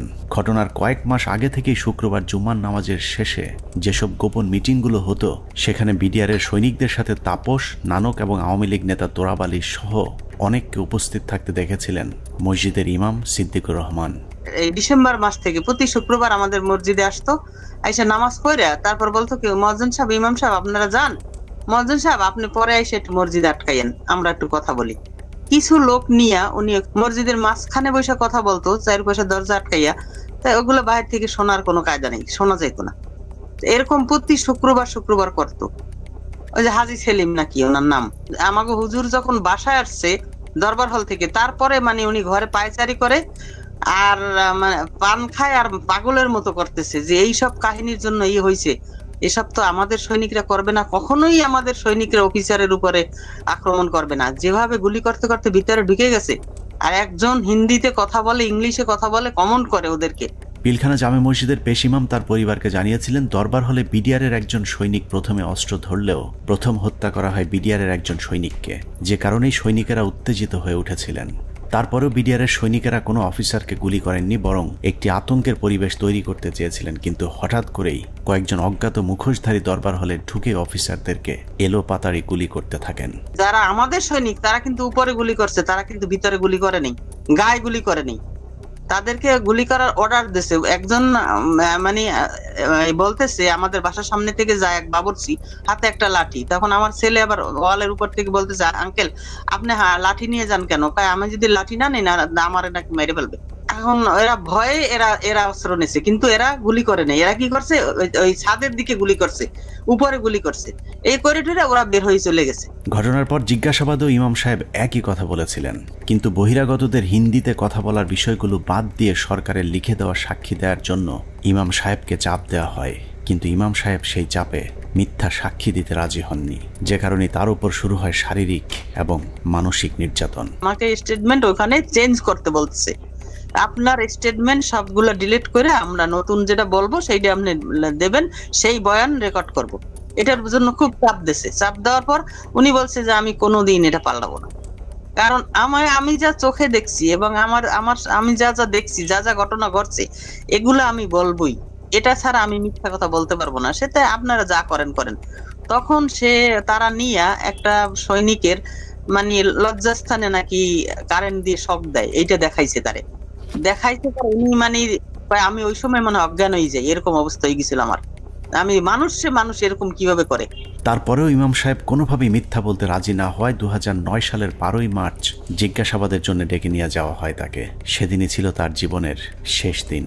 নিজের পায়ে হেঁটে যাওয়া মানুষটি পরদিন পরিবারের কাছে লাশ হয়ে ফিরে আসেন। বিডিআরের 3টা থেকে 6টা পর্যন্ত কি চিকিৎসা হয়েছে এবং ঢাকা মেডিকেলেও যে কি চিকিৎসা হয়েছে আমরা তো কোনো চিকিৎসার কিছুই জানি না। এবং পোস্টমর্টম রিপোর্ট কি আসলো, আসল রিপোর্ট, যে সেই রিপোর্টটা আমাদেরকে দিল না। পিলখানা জামে মসজিদের পেশিমা মাওলানা রফিকুল ইসলামের মৃত্যুর কারণ হিসাবে পরিবারকে জানানো হয়েছিল heart attack.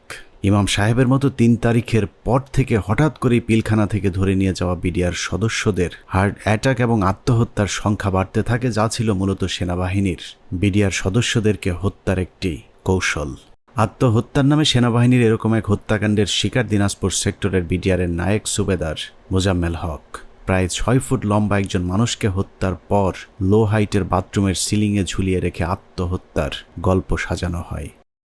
Major Asad sir মারা গিয়েছিলেন, লেফটেন্যান্ট কর্নেল কায়সার স্যার ওনার কিলারদেরকে আইডেন্টিফাই করা। তারপরে আমাদের খুব গুরুত্বপূর্ণ একজন ভালো মানুষ সেন্ট্রাল সুবেদার মেজর নুরুল ইসলাম, উনার হত্যাকাণ্ডে খুনে কারা ছিল। তারপরে মেজর সালাম।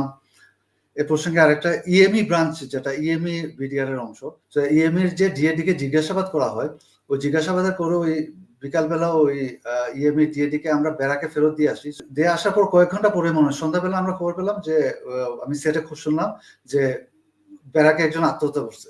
পিলখানা হত্যাকাণ্ডের মাস 3 আগে থেকে যেসব মিটিংগুলো হতো, এরকম গোপন 2-1টি মিটিংয়ে উপস্থিত ছিলেন ডিএডি হাবিব। আওয়ামী লীগ নেতা এবং বিডিআরের কিছু সদস্যের গভীর ষড়যন্ত্র বুঝতে পেরে সে মিটিংয়ের গুরুত্বপূর্ণ কিছু আলোচনা গোপনে রেকর্ড করেছিলেন, যে কারণে পিলখানা হত্যা মামলায় ডিএডি হাবিবের গুরুত্বপূর্ণ জবানবন্দি পাওয়া যেত।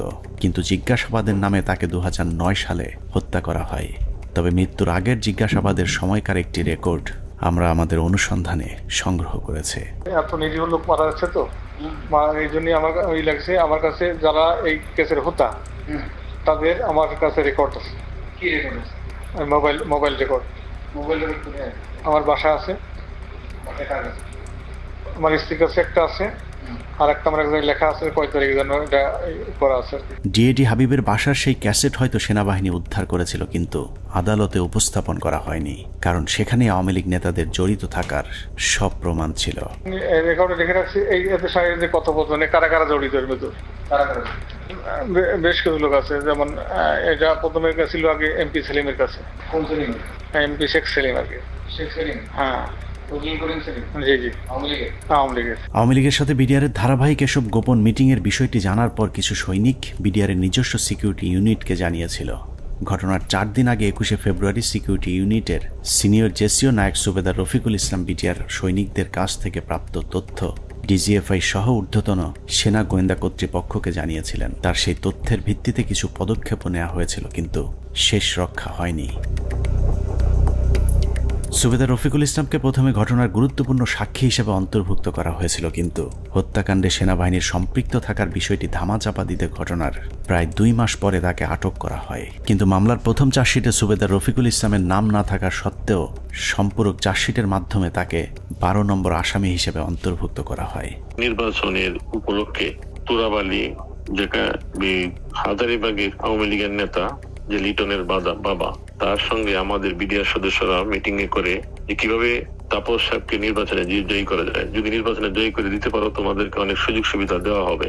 এর উপর বিশেষ করে আমাদের কিছু সদস্য তাপসের বাসায় যায় এবং সেখানে তাপস তাদেরকে তার নির্বাচনী কাজকর্ম করার কথা বলে এবং তাদের যে সমস্ত তারা কিছু দাবি দেওয়া পেশ করে, সেই দাবি দেওয়া গুলা পুরা করা হবে বলে তাদেরকে আশ্বাস দেয়। আমি ঘটনা ঘটার 5 দিন পূর্বে 21 ফেব্রুয়ারি কর্তৃপক্ষকে জানাই আমার রিপোর্টের বিশেষ করিয়া পিলখানার সমস্ত ম্যাগাজিনে কোয়ার্টার এই কুতে অফিসার নিয়োগ দেওয়া হয় এবং বাহিরের যে সমস্ত গোয়েন্দারা ডিউটি করে। আমি পৃথিবীর ইতিহাসে নজির নাই যে কোনো ঘটনা ঘটার 5 দিন আগে রিপোর্ট দেয়। সেই রিপোর্ট আমি দিছি যে ঘটনা ঘটবে এবং কারা কারা জড়িত। সুবেদার রফিকুল ছিলেন বিডিআরের উজ্জ্বল এক নক্ষত্র। 2009 সালে তিনি অর্জন করেছিলেন শ্রেষ্ঠ ভিওপি কমান্ডার প্রথম পুরস্কার। এছাড়া অসামান্য এসিআর পুরস্কার ছাড়াও বাহিনীতে তার সুনাম ছিল সর্বজন স্বীকৃত। সীমান্তের অতন্দ্র এই প্রহরীকে মৃত্যুর মুখে ঠেলে দেওয়ার উদ্দেশ্যেই তার বিরুদ্ধে যাবজ্জীবন কারাদণ্ডের রায় দেওয়া হয়েছে। পিলখানা হত্যাকাণ্ডের আগে আওয়ামী লীগের যেসব গোপন মিটিং হয়েছিল, সেই মিটিংয়ে অংশ নিয়ে আরেকজন সিপাহী সেলিম রেজা 2009 সালে জিজ্ঞাসাবাদের সময় রেকর্ড করা সেলিম রেজার বক্তব্যটা অত্যন্ত গুরুত্বপূর্ণ। স্যার, আমি নির্বাচনের আগে ব্যারিস্টার ফজলুর তাপস বিডিআর কেন্দ্রীয় মসজিদে নামাজ পড়তে আসতেন। ওখানে আসার পরে lieutenant colonel Shams, lieutenant colonel Furqan, major Reza ওনারা কথা বলতেন। আমিও এখানে ছিলাম, আমিও মাঝে মধ্যে তাদের সাথে কথা বলতাম। কথা বলার এক পর্যায়ে নির্বাচনের কিছু আগে আবার তাপস সাহেব পিলখানার ভিতরে এসে নির্বাচনী উপস্থাপনা শুরু করে। তখন বলে বিডিআরের তো অনেক সমস্যা আছে, তো আমরা এগুলো ক্ষমতায় গেলে সমাধান করে দেবো, তো এখানে বেশি কথা বলা যায় না, তো আপনারা আমার বাসায় আসেন। এই চলে গেল। এরপরে যখন নির্বাচন হয়ে গেল, নির্বাচন হয়ে যাওয়ার পরে লেফটেন্যান্ট কর্নেল শামস উদ্বুদ্ধ করলো আমাদেরকে, তোমরা যে কথাবার্তা বললে তো তোমাদের দাবি দেওয়া তো তেমন কিছু হলো না, এখন আমি একটা প্ল্যান করে দিচ্ছি, তোমরা সেই প্ল্যান মোতাবেক শেখ সেলিমের বাসায় যাবা, তোমাদের দাবি দেওয়া জানিয়ে আসবা, আর যা যা করা লাগে আমি করে দেবো সবকিছু। জিজ্ঞাসাবাদে সেলিম রেজা জানিয়েছিলেন, তাপস সেলিমদের সাথে গোপন বৈঠকে বিডিআর সদস্যদেরকে বলা হয়েছিল দরবার হলে শুধুমাত্র বিডিআর ডিজিকে জিম্মি করলেই শেখ হাসিনা তাদের সব শর্ত মেনে নেবেন। কিন্তু দরবার হলে যখন অফিসারদেরকে গুলি করে হত্যা করা শুরু হয়, তখন সেলিম রেজা বহিরাগত খুনিদের বিরুদ্ধে অস্ত্র তুলে ধরেছিলেন, যে কারণে তিনিও গুলিবিদ্ধ হন। পিলখানার ঘটনায় সেলিম রেজার গুলিবিদ্ধ হয়ে হাসপাতালে ভর্তি হবার প্রমাণও আমাদের কাছে রয়েছে।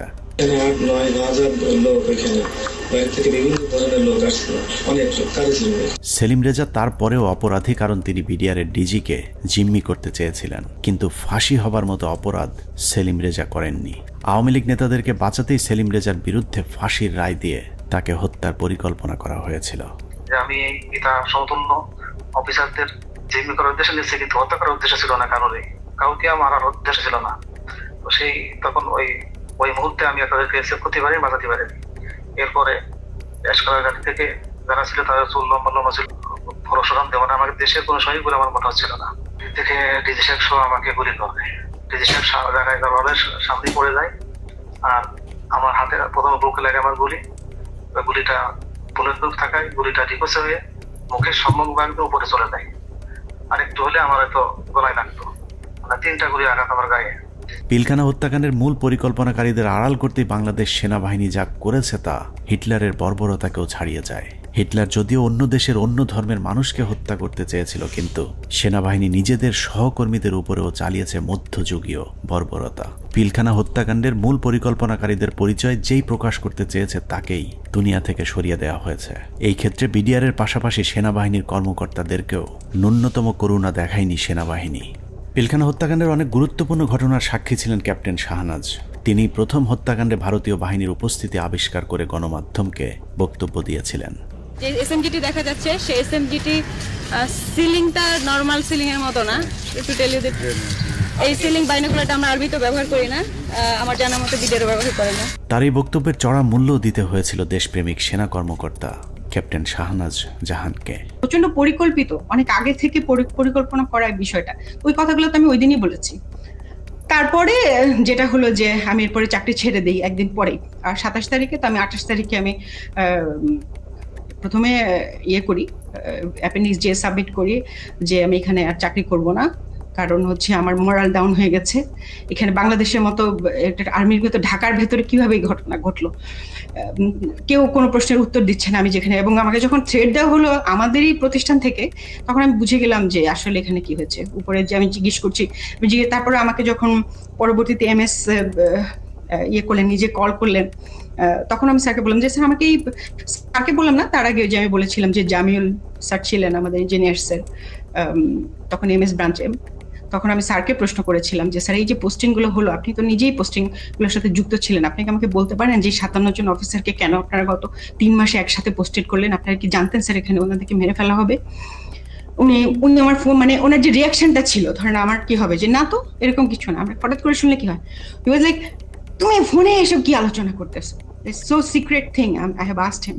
সো উনি আমার ফোনের লাইনটা কেটে দিয়ে আবার অন্য লাইন থেকে কল করেছেন, টিএনডিতে কল করেছেন, যেটা আর্মির লাইন আর কি। সেটাতে উনি বললেন যেটা অনেক সিনিয়র হাই লেভেলের বিষয়, যেটা আমরা জানি হাই লেভেলের বিষয়টা, প্রাইম মিনিস্টার নিজে যুক্ত ছিলেন, ইন্ডিয়া প্রেজেন্ট ছিল, এগুলোতে আমি কর্নেল মোস্তাফিজ স্যারের প্রোগ্রামে দেখলাম। ইন্ডিয়া তার ফোর্স নিয়ে বিভিন্ন পয়েন্টে কিন্তু উপস্থিত ছিল, এবং ইন্ডিয়ান ফোর্স নিজেই সেটা তার ওয়েবসাইটে প্রকাশ করেছে, যেটা মোস্তাফিজ ভাই স্যার একটা বলেছেন। সো ওইটা হচ্ছে হাই লেভেলের বিষয়, যেটা আমরা কেউ জানতাম না। নিজের চোখের সামনে সহকর্মীদের পরিকল্পিত হত্যাকাণ্ড কোনোভাবেই মেনে নিতে পারেননি শাহনাজ, যে কারণে বিডিআর হত্যাকাণ্ডের বিচার নিয়ে সবচেয়ে সোচ্চার ছিলেন ক্যাপ্টেন শাহনাজ। কিন্তু ক্যান্টনমেন্টের নিয়ন্ত্রণে থাকা সেনাবাহিনীর ওই পক্ষটি ক্যাপ্টেন শাহনাজকে থামাতে পরিকল্পিতভাবে তার স্বামীকে হত্যা করেন। হাজব্যান্ড যিনি পরবর্তীতে মারা যান, তিনি ছিলেন 44 আপনার মানে বিএমএ লং কোর্সের কন্টেম্পোরারি। উনি ছিলেন ফাইটার পাইলট, কোঅর্ডিনেটর আশরাফ ইবনে আহমেদ। তো তার কাছে আমি একটা ইনফরমেশন পাই, যেমন সে তখন ঢাকায় ছিল, তার ইউনিটে ছিল, সে MiG-29 এর পাইলট ছিল। সে আমাকে ওই 7টা বা 7:30টার দিকে জানায় যে তার একজন আত্মীয় সিভিল, সে নাকি তাকে ফোন করেছিল এবং তারা বলেছিল যে তারা খুব ভয় পাচ্ছে, মানে এই জিনিসটার সাথে অনেকগুলো প্রোগ্রামার যুক্ত ছিল। প্রোগ্রামার পিলখানা হত্যাকাণ্ডকে কেন্দ্র করে 4 দফায় মোট 96 জন মেধাবী সেনা কর্মকর্তাকে বহিষ্কার, আটক, জেল, গুম কিংবা হত্যা করা হয়েছে। এর মধ্যে হত্যাকাণ্ডের পরপর সেনাকুঞ্জে প্রধানমন্ত্রী এবং সেনাপ্রধানের সামনে প্রতিবাদ করার অপরাধে প্রথমেই সেনাবাহিনীর 13 জন অফিসারকে বহিষ্কার করা হয়। পিলখানার মূল ঘটনা তৎকালীন সময়ে গঠিত তদন্ত কমিশনকে জানানোর অপরাধে 5 জন কমান্ডোকে তাপসের উপর মিথ্যা গ্রেনেড হামলা মামলায় ফাঁসানো হয়। এদের 5 জনকে 13 মাস অজ্ঞাত স্থানে গুম করে রাখার পর গ্রেফতার দেখানো হয়। তারপর সবাইকে মিথ্যা মামলায় ফাঁসিয়ে 5 বছর করে কারাদণ্ড দেয়া হয়। তাপস হত্যা মামলা চেষ্টা, এটা একটা ভুয়া মামলা যেটা মতিঝিল থানায় দায়ের করা হয় এবং এইটাতে যে সমস্ত সিভিলিয়ান যারা অপরাধী আছে তাদেরকে বিচারের আওতায় আনার আগেই একই অপরাধে আর্মির 5 জনকে, ভেরি ইয়াং ট্যালেন্টেড অফিসার যারা খুবই অ্যাক্টিভ ছিল, যারা তারা হয় এই তদন্তের সাথে সম্পৃক্ত অথবা এই বিডিআর হত্যাকাণ্ডের বিরুদ্ধে সোচ্চার ছিল, তাদেরকে প্রথম গুম করা হয়, ব্যাপকভাবে শারীরিক নির্যাতন করা হয় এবং পেপার ওয়ার্ক, সব থেকে দুঃখজনক হচ্ছে কাগজে কোর্ট মার্শাল, মানে তাদেরকে গুম অবস্থায় পেপার সই করে দেখানো হয়। যখন জেলে হস্তান্তর করা হয় তখন তারা জানতে পারে যে তাদেরকে 5 বছর জেল দেওয়া হয়েছে। এর মধ্যে একটা দীর্ঘ সময় তাদের পরিবার জানতোই না তারা কোথায় এবং তারা কিভাবে তাদের কি অবস্থায় আছে। আমি একটু 5 জন অফিসারের নাম বলি। এরা হচ্ছে captain Fuad, captain Rajiv, captain Helal, captain Reza এবং ক্যাপ্টেন সুবাইল। এরা কিন্তু হয় তদন্তের মধ্যে জেনে গেছিল যে আসলে কি জিনিসটা হয়েছে, কারণ আমরা যেই জবানবন্দি ইনিশিয়াল ইন্টারোগেশনের পরে সেটা পাইতাম, তারা কিন্তু ওদের সাথে শেয়ার করতাম। এবং এই ক্যাপ্টেন রাজীব, ক্যাপ্টেন ফুয়াদ, তারা হচ্ছে MI3 থেকে বের হয়ে আসছিল, অস্ত্র নিয়ে বের হয়ে আসছিল যে তারা ঢুকে অফিসারদের উদ্ধার করবে। এই সমস্ত অফিসারকে করলো কি, কয়েকদিন পরে, বিডিআর ঘটনার কয়েকদিন পরে তারা এখানে একটা ভয়ঙ্কর খেলা খেলে। তাদের ধারণা থেকে এই অফিসাররা যদি বাইরে থাকে বা জীবিত থাকে তাহলে কিন্তু সত্যটা প্রকাশ পেয়ে যাবে যে এর মধ্যে ভারত জড়িত, এর মধ্যে আওয়ামী লীগ জড়িত, আওয়ামী লীগের কোন কোন নেতা জড়িত। হঠাৎ করে ডিবির মনিরুল ইসলাম এবং র্যাবের তখন লেফটেন্যান্ট কর্নেল জিয়াউল হাসান, খুনি জিয়াউল হাসান, তারা প্রথম আলোর সাথে মিলে একটা চক্রান্ত করলো। চক্রান্তটা কিভাবে, এই যে 5 জন অফিসারের নাম বললাম তারা কিন্তু তখন বিভিন্ন দপ্তরে চাকরি করতেছে, তদন্তে সাহায্য করতেছে, তারা বেশি সবাই কমান্ডো, সবাই বাংলাদেশ সেনাবাহিনীর সব থেকে প্রশিক্ষিত অফিসার, পেশাদার অফিসার, তারা কাজ করতেছে তাদের অফিসে। প্রথম আলোর নিউজ আসলো যে তাপসের উপরে যে বোমা হামলা হয়েছে, মনিরুলের উদ্ধৃতি দিয়ে, মনিরুল প্রথম আলোকে দিয়ে এই চালটা চাললো যে যে তাপসের উপরে বোমা হামলা হয়েছে সেটাতে সম্ভবত আরো 7 জন জড়িত আছে যারা সেনাবাহিনীর অফিসার। তার 2 দিন পরে প্রথম আলো আবার একটা নিউজ ছাপলো, আবারও মনিরুলের উদ্ধৃতি দিয়ে, সেই মানে পুলিশের ডিবির মনিরুল, পরে যে সিটিআইটি অর সামথিং সেটার প্রধান ছিল, তার বুদ্ধিতে কি আসলো, এই সমস্ত অফিসারকে সেনা কর্তৃপক্ষ অ্যারেস্ট করছে এবং তাদেরকে জিজ্ঞাসাবাদে তারা স্বীকার করছে যে তাপসীর উপরে তারা গ্রেনেড হামলা চালাইছিল। বোমা হামলা চালাইছিল। তখনও কিন্তু সে অফিসাররা পেপার দেখে, তারা অফিসে বসে পেপার দেখে দেখতেছে, প্রথম আলো লিখছে যে তাদেরকে নাকি অ্যারেস্ট করা হয়েছে কয়েকদিন আগে, এবং তারা নাকি স্বীকারোক্তিমূলক জবানবন্দি দিছে যে তারা তাপসকে হত্যার চেষ্টা করছিল। তৃতীয় দফায় 2009 সালের সেপ্টেম্বর মাসে ব্রিগেডিয়ার জেনারেল আজমি সহ 7 জনকে বহিষ্কার করা হয়, যাদেরকে পরবর্তীতে লম্বা সময় গুম রেখে নির্যাতন করা হয়েছে। সবশেষ বিডিআর হত্যাকাণ্ড নিয়ে সরব ছিলেন এরকম অন্য কর্মকর্তাদেরকে চিহ্নিতকরণের কাজ চলতে থাকে। 2011 সালে MI-STর মেজর জিয়া সহ মোট 68 জন সেনা কর্মকর্তাকে মিথ্যা অভ্যুত্থানের অভিযোগ তুলে একসাথে বহিষ্কার করা হয়। এর মধ্যে 4 জনকে ছেড়ে দেওয়া হলেও বাকি 64 জনকে বিভিন্ন মেয়াদে সাজা দেওয়া হয়েছে, যাদের অনেকেই দীর্ঘদিন গুমের শিকার হয়েছিলেন। সবচেয়ে মর্মান্তিক পরিণতি হয়েছিল মেজর জেনারেল রফিক এবং কর্নেল শহীদের, যারা দুজন শেষ মুহূর্ত পর্যন্ত বিডিআর হত্যাকাণ্ডের মূল রহস্য উদ্ঘাটনের চেষ্টা চালিয়ে যাচ্ছিলেন। এই দুজন কর্মকর্তাকে যশোর থেকে জরুরি ভিত্তিতে প্রধানমন্ত্রী PSO-FDর আদেশে ঢাকায় আসতে বলা হয়। হেলিকপ্টারে ঢাকায় আসার পথে সুপরিকল্পিতভাবে দুজনকেই হেলিকপ্টার ক্র্যাশের নাটক সাজিয়ে হত্যা করা হয়। পিলখানা হত্যাকাণ্ডের শেষ শিকার ক্যাপ্টেন তানভীরকে শেখ তাপসের গাড়িতে তুলে দেওয়ার পর তার ভাগ্যে কি ঘটেছে সেটা নিয়েও সেনাবাহিনী কোনো তদন্ত হতে দিতে চায়নি, যে কারণেই অন্য একজনের লাশ ক্যাপ্টেন তানভীর বলে দাফন করা হয়। সেনাবাহিনীর পক্ষ থেকে অপরিচিত একজনের কবরে তানভীরের নাম ফলক বসিয়ে দেওয়া হয়, কিন্তু তানভীরের পরিবার এখনো প্রিয় মানুষের অপেক্ষায়। বললো এখন যদি তুই বাঁচতে চাস তাহলে তুই একটা লাশ নে। এখানে আমার শ্বশুর শাশুড়ি কোনোভাবেই তো মেনে নিল না, এমনকি ওই প্রোগ্রামে আমার আম্মুকে বলল যে আপনাকে ইয়ে করা হবে, MP করে দেওয়া হবে। আমার আম্মু ওখানে দাঁড়ালোই না। হ্যাঁ, আমার আম্মু চলে আসলো, 2টা ডেড বডি দাফন হলো। তো মেজর গাজ্জালি ভাইয়ের একটা লাশ দাফন হলো, 653 নাম্বার ওনার কবরটা। ওনার শাশুড়িকে হচ্ছে পরবর্তীতে আওয়ামী লীগের MP করা হলো।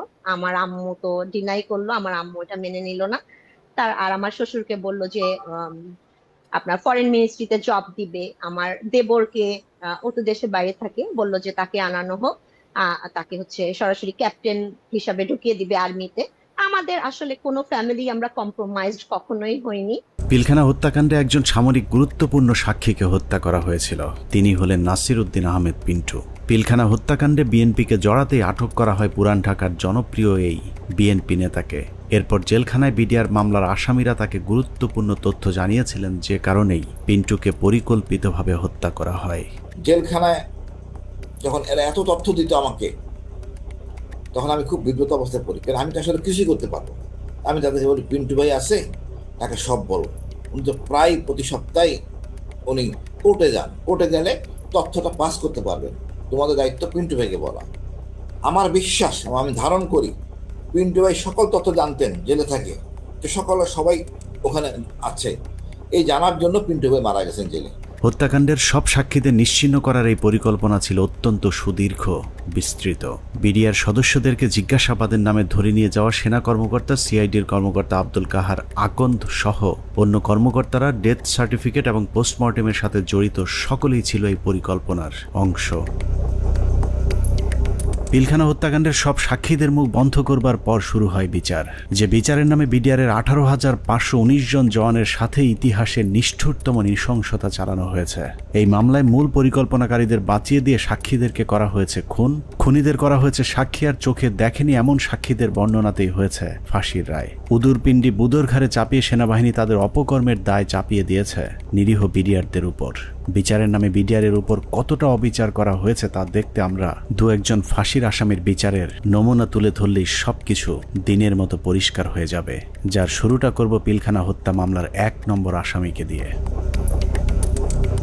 অনুসন্ধানের শুরুতেই ডিএডি সৈয়দ তৌহিদের কথা বলেছিলাম, যিনি পিলখানা হত্যা মামলার 1 নম্বর আসামি। বলা হয়েছে পিলখানা হত্যাকাণ্ডের মূল পরিকল্পনাকারী তিনি। তার ব্যাপারে একটা গল্প সাজানো হয়েছিল। ডিএডি তৌহিদ নাকি ছিলেন জাহাঙ্গীর কবির নানকের বাল্যবন্ধু, তার সাথে মিলেমিশেই ঘটানো হয়েছে পিলখানা হত্যাকাণ্ড। এখন প্রশ্ন হলো, নানকের সাথে মিলেমিশে যদি ডিএডি তৌহিদ হত্যাকাণ্ড ঘটিয়ে থাকেন, তাহলে তৌহিদের যদি ফাঁসি হয়, নানক কিভাবে বেঁচে গিয়েছিলেন? আমার হাজবেন্ড কোনো মন্ত্রী, কোনো MP কারো বাসায় যায় নাই, কোনো মিটিং এ তার নাম নাই, কোথাও সে নাই। প্রধানমন্ত্রীর কাছে সে গেছে, এইখান থেকেই তার শুরু হলো। প্রধানমন্ত্রীর কাছে সে কিভাবে গেল, তাকে কিভাবে নিয়ে যাওয়া হইলো, পরবর্তীতে সে কি করলো, সবকিছুই তো কাগজে কলমে আসছে। তারপরও কেন তাকে 1 নম্বর আসামি বানাইয়ে এত বড় শাস্তি দেওয়া হইলো? ভারতের পরিকল্পনার শেখ হাসিনার পরিচালনায় পিলখানায় যে নাটক মঞ্চস্থ করা হয়েছিল, সেই নাটকে 25 তারিখ বিকেলের শুটিংটুকু বাদ দিলে পুরো নাটকে ডিএডি তৌহিদকে আর কোথাও দেখা যায়নি। তৌহিদ যখন প্রধানমন্ত্রীর আদেশে বিডিআরের ডিজি হয়েছিলেন, সেই সময়টাতে তৌহিদের পরিবার জিম্মি হয়েছিল পিলখানায় আসা বহিরাগত সন্ত্রাসীদের হাতে। দরজা ভেঙে ফেলে আমার দিকে এবং আমার ছেলে মেয়ের দিকে অস্ত্র তাক করে আবার একইভাবে তারা বাসার ভিতরে আপনার খুঁজতে থাকে আমার হাজবেন্ডকে। পরবর্তীতে আমি আমার হাজবেন্ডকে আমি ফোন দিয়ে বলি যে এইভাবে বিদ্রোহীরা আমার বাসায় আসতেছে, বিডিআরের পোশাক পরা, মুখোশ পরা, আমি তো চিনি না, এরা তোমার ঠিকানা জানতে চায়, না জানাই তাহলে আমাদেরকে মেরে ফেলবে, হুমকি দিতেছে। তারপরেও ধরুন ডিএডি তৌহিদ মূল পরিকল্পনা করেছিল, কিন্তু তার বিরুদ্ধে যে অভিযোগ আনা হয়েছে সেখানেও নাটকের পর নাটক সাজানো হয়েছে। ডিএডি সৈয়দ তৌহিদের ফাঁসি হয়েছে মেজর আসাদ হত্যার হুকুমের আসামি হিসেবে, যার সাক্ষীর উপর ভিত্তি করে ডিএডি তৌহিদের ফাঁসির রায় হয়েছে সেই সিপাহীর নাম আনোয়ার হোসেন। সিপাহী আনোয়ার তার দণ্ডবিধির 164 ধারার জবানবন্দিতে বলেছেন, ডিএডি তৌহিদের নির্দেশে মেজর আসাদকে হত্যা করা হয়েছে। সিপাহী আনোয়ার তার জবানবন্দিতে বলেছেন, 25 ফেব্রুয়ারি আনুমানিক 9:50 সময় ডিএডি তৌহিদ স্যার এসে উত্তেজিত হয়ে নির্দেশ দেন যে তোমরা সকলে অস্ত্রাগারে গিয়ে অস্ত্র নিয়ে আর্মি অফিসারদের খতম করো।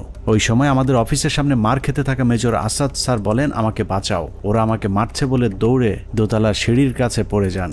আমি এই দৃশ্য দেখে খুব দ্রুত তার কাছে যাই। তখন তিনি বলেন, আমি মেজর আসাদ, ওরা আমাকে মেরে ফেলবে, আমাকে একটু বাঁচাও ভাই, আমাকে উপরে নিয়ে চলো। আমি তখন মেজর আসাদ স্যারকে ধরে উপরে দোতলায় সিও সাহেবের অফিসে নিয়ে যাই। এর কিছুক্ষণ পরে ডিএডি তৌহিদ ওখানে আসেন এবং আসাদ স্যারকে দেখে তাহাদের ফিনিশ বলে রুম থেকে বের হয়ে যায়। সঙ্গে সঙ্গে হাবিলদার বেলায়েত, নায়েক আসাদ, সিপাহী আমিনার মেজর আসাদ স্যারকে গুলি করে হত্যা করে চলে যায়। আমি টেবিলের নিচে লুকিয়ে থাকা অবস্থায় অস্ত্রধারীদের গুলিতে আহত হই। সিপাহী আনোয়ারের সাজানো গোছানো এই স্ক্রিপ্টটি শুনে অবিশ্বাস করার কোনো উপায় নেই, কিন্তু সমস্যা হলো হাসিনার পরিচালিত নাটকে যেই ডিএডি তৌহিদকে দিয়ে মেজর আসাদকে হত্যা করানো হয়েছে, সেই ডিএডি তৌহিদকে আমরা নাটকের অন্য আরেক জায়গায় আবিষ্কার করেছি। 4 তলায় নিয়ে গেল, টয়লেটের মধ্যে ডিএডি তৌহিদ লুকায় আছে। তাই তুমি কি দরবার হলে ছিল না? ও বলে না স্যার, আমি দরবার হলে ছিলাম না। লেফটেন্যান্ট কর্নেল কামরুজ্জামান বিডিআর হত্যাকাণ্ডে বেঁচে ফেরা আর্মি অফিসারদের মধ্যে একজন, যার চোখের সামনে বিডিআরের ডিজি সহ বেশ কয়েকজন কর্মকর্তাকে গুলি করে হত্যা করা হয়, যেই গুলিতে তিনি নিজেও আহত হয়েছিলেন। ডিজি মহোদয় জাস্ট ফার্স্ট স্টেপটা দিলেন, এসে ডিজিকে প্রথমে গুলি করলেন। আমারও একটা গুলি লাগলো এখানে এসে। পিলখানা হত্যাকাণ্ডের অন্যতম সাক্ষী লেফটেন্যান্ট কর্নেল কামরুজ্জামান 25 ফেব্রুয়ারি তার সাথে ঘটে যাওয়া রোমহর্ষক অভিজ্ঞতার বর্ণনা দিয়েছেন। তার দেয়া সেই জবানবন্দিতে সকাল 9টা থেকে ধারাবাহিক ঘটনা প্রবাহ পড়তে পড়তে দুপুর 2টায় গিয়ে আটকে উঠি, কারণ কিছুক্ষণ আগে সিপাহী আনোয়ারের বর্ণনায় যে ডিএডি তৌহিদের কথা বলা হয়েছে, সেই ডিএডি তৌহিদ সম্পর্কে মেজর কামরুজ্জামান যা লিখেছেন তা যেন বাংলা সিনেমার একই চরিত্রের double part. Lieutenant colonel Kamruzzaman তার 161-এর জবানবন্দিতে বলেছেন, সকাল থেকে তাকে নানাভাবে অপমান, অপদস্থ, ভয়, ভীতি আর মারধরের পর কয়েকজন সিপাহীর সহায়তায় তিনি জীবন বাঁচান। তিনি বলেছেন, কয়েকজন সিপাহীর হাত ঘুরে সবশেষ বিডিআর সদস্যরা তাকে সদর ব্যাটালিয়নের 4র্থ তলায় নিয়ে যায়। সেখানে গিয়েই তিনি বাথরুমের ভেতরে লুকানো অবস্থায় ডিএডি তৌহিদকে দেখতে পান। লেফটেন্যান্ট কর্নেল কামরুজ্জামানের তথ্য অনুযায়ী ডিএডি তৌহিদ কামরুজ্জামানকে বাথরুমের ভেতরে লুকানোর সুযোগ করে দিয়ে নিজে জীবনের ঝুঁকি নিয়ে বাইরে বসেছিলেন, আর সেটাই কাল হয়ে দাঁড়িয়েছিল ডিএডি সৈয়দ তৌহিদের। ডিএডি তৌহিদ বাথরুমের ভেতরে লুকিয়ে থাকলে বিদ্রোহীদের নেতা সেজে প্রধানমন্ত্রীর কাছে দেখা করতে যেতে হতো না। কামরুজ্জামানের বক্তব্য যদি সত্যি হয় তাহলে ডিএডি তৌহিদ নির্দোষ, আর যদি মিথ্যে হয় তাহলে লেফটেন্যান্ট কর্নেল কামরুজ্জামানকেও গ্রেফতার করে জিজ্ঞাসাবাদ করতে হবে, কারণ দুজনের বক্তব্যই একই সাথে সত্য হওয়া সম্ভব নয়। ডিএডি তৌহিদ কিভাবে বিদ্রোহীদের নেতা হয়ে প্রধানমন্ত্রীর সাথে দেখা করতে গিয়েছিলেন সেই বর্ণনা খুঁজে পেয়েছে আরেকজন ডিএডির 164 ধারার জবানবন্দিতে। ডিএডি আব্দুর রহিম তার জবানবন্দিতে বলেছেন, পিকআপ হতে একজন সৈনিক আমাকে মন্ত্রী আসলে কথা বলার জন্য বললে আমি বলি ভেতরে আরও ডিএডি আছেন। এরপর আমি পিকআপ নিয়ে ডিএডি তৌহিদকে খুঁজতে যাই। সদর ব্যাটালিয়নের 4র্থ তলায় তৌহিদ সাহেবকে দেখতে পাই। তারপর তৌহিদ সাহেব বলেন, বাথরুমে আমার প্রাক্তন sector commander lieutenant colonel Kamruzzaman sir লুকিয়ে আছেন। স্যারের সাথে দেখা করি, তারপর ডিএডি তৌহিদ সহ 4 নম্বর গেটে যাই। এভাবেই ডিএডি তৌহিদ পিলখানার কথিত বিদ্রোহের মূল পরিকল্পনাকারী হয়ে গেলেন।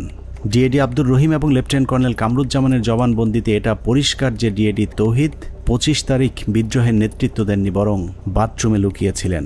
যে কারণে পিলখানার ঘটনায় কারো 164 কিংবা 161 ধারার জবানবন্দিতে দরবার হলের কোথাও ডিএডি তৌহিদকে দেখা গেছে এরকম দাবি করেননি। ডিএডি তৌহিদের বিরুদ্ধে যে মেজর আসাদ হত্যার অভিযোগ আনা হয়েছে, আমাদের অনুসন্ধানে সেই মেজর আসাদের পোস্টমর্টেম রিপোর্ট সংগ্রহ করেছিলাম, যেখানে দেখা যায় তার শরীরে ধারালো অস্ত্রের আঘাত পাওয়া গিয়েছিল। কিন্তু সিপাহী আনোয়ার তার জবানবন্দিতে বলেছেন ডিএডি তৌহিদের নির্দেশে হাবিলদার বেলায়েত, নায়েক আসাদ এবং সিপাহী আমিনার 3 জন মিলে গুলি করে মেজর আসাদকে হত্যা করেন। মেজর আসাদের মৃত্যুর বিবরণের কোথাও ধারালো অস্ত্রের ব্যবহারের কথা বলা হয়নি। এখানে আমার হাজবেন্ডের কি অপরাধটা এখানে দেখেন, সে তো পালাইয়া যায় নাই, সে তো কাউকে খুন করে নাই, তার ফ্যামিলির ভিতরে ছিল, ওনাকে অমানবিক নির্যাতন করা হয়েছে। এমন কোন নির্যাতন নাই যে ওনাকে না করা হয়েছে। এখন শরীরের প্রতিটা অঙ্গ প্রত্যঙ্গ ড্যামেজ হয়ে যাইতেছে আস্তে আস্তে। শেখ হাসিনার কাছে নিয়ে যাওয়া প্রতিনিধি দলের আরেক সদস্য ডিএডি মোহাম্মদ আব্দুল জলিল শেখ। হসপিটাল ইউনিটের কোয়ার্টার মাস্টারে কর্মরত থাকা ডিএডি জলিল গোলাগুলির শব্দ শুনে হাসপাতালের অন্য সহকর্মীদের সাথে সিগন্যাল মেসের ভেতরে অবস্থান নিয়েছিলেন। সেখান থেকে বিকেলে প্রধানমন্ত্রীর সাথে সাক্ষাতের জন্য তাকে জোর করে নিয়ে যাওয়া হয়। মুখোশধারী সৈনিক আব্বুকে ধরে গাড়িতে তুলে 4 নম্বর গেটে নিয়ে আসে প্রধানমন্ত্রীর সাথে দাবি দেওয়া নিয়ে আলোচনা করার জন্য। আব্বু সেখানে যেতে না চাইলে আব্বুকে মারধর করা হয় এবং হুমকি দেওয়া হয় যে এখানে তাকে গুলি করে হত্যা করা হবে। 3:30টার দিকে আব্বু আম্মুর ফোনে কল দেন, কল দিয়ে বলেন আব্বুকে যমুনায় নিয়ে যাওয়া হচ্ছে। আমার ছেলে মেয়েগুলো দায়িত্ব তোমার কাছে দিয়ে গেলাম, আমার ছেলে মেয়েগুলোকে দেখে রেখো। ঘটনার পর থেকে 2 মাস গুম করে রাখার পর ডিএডি জলিলকে গ্রেফতার দেখানো হয়েছিল। এই 2 মাসে জলিলের হাত পায়ের 10 আঙুলের সবগুলো নখ উপড়ে ফেলা অবস্থায় আদালতে তোলা হয়। সেই থেকে 2 পা সোজা করে আর হাঁটার সৌভাগ্য হয়নি ডিএডি আব্দুল জলিল শেখের। র্যাব 1-এ নিয়ে অমানসিক নির্যাতন করা হয়। আব্বুর হাত পায়ের নখ উঠে ফেলা হয়, থেতলে আঙুলগুলো থেতলে ফেলা হয়, পায়ের নখে সুচ ঢুকানো হয়, কারেন্টের শর্ট দেওয়া হয় পেনিসে। ডিএডি জলিলকে যাদের সাক্ষীর উপর ভিত্তি করে ফাঁসি দেওয়া হয়েছে সেখানে বেশিরভাগ সাক্ষী বলেছে টেলিভিশনে দেখেছি, পত্রিকায় পড়েছি বা অমকের কাছে শুনেছি, কিন্তু কেউ ডিএডি জলিলকে কোথাও কাউকে হত্যা, লুটপাট কিংবা ধর্ষণ করতে দেখেননি। এসব সাক্ষীদের একজন মেজর জায়েদি। তিনি জানিয়েছেন কিভাবে তাকে ডিএডি জলিলের বিরুদ্ধে সাক্ষ্য দেওয়ানো হয়েছে। তাকে আমি উক্ত এলাকায় দেখেছিলাম এবং আমি শনাক্ত করতে পেরেছিলাম, বাট তার নাম জানতাম না। জেনারেল আজিজ, তদানীন্তন Dhaka sector commander colonel Aziz আমাকে জানিয়েছিলেন উক্ত অফিসারের নাম ডিএডি জলিল। তার মুখ ভর্তি দাড়ি ছিল, চাপা দাড়ি।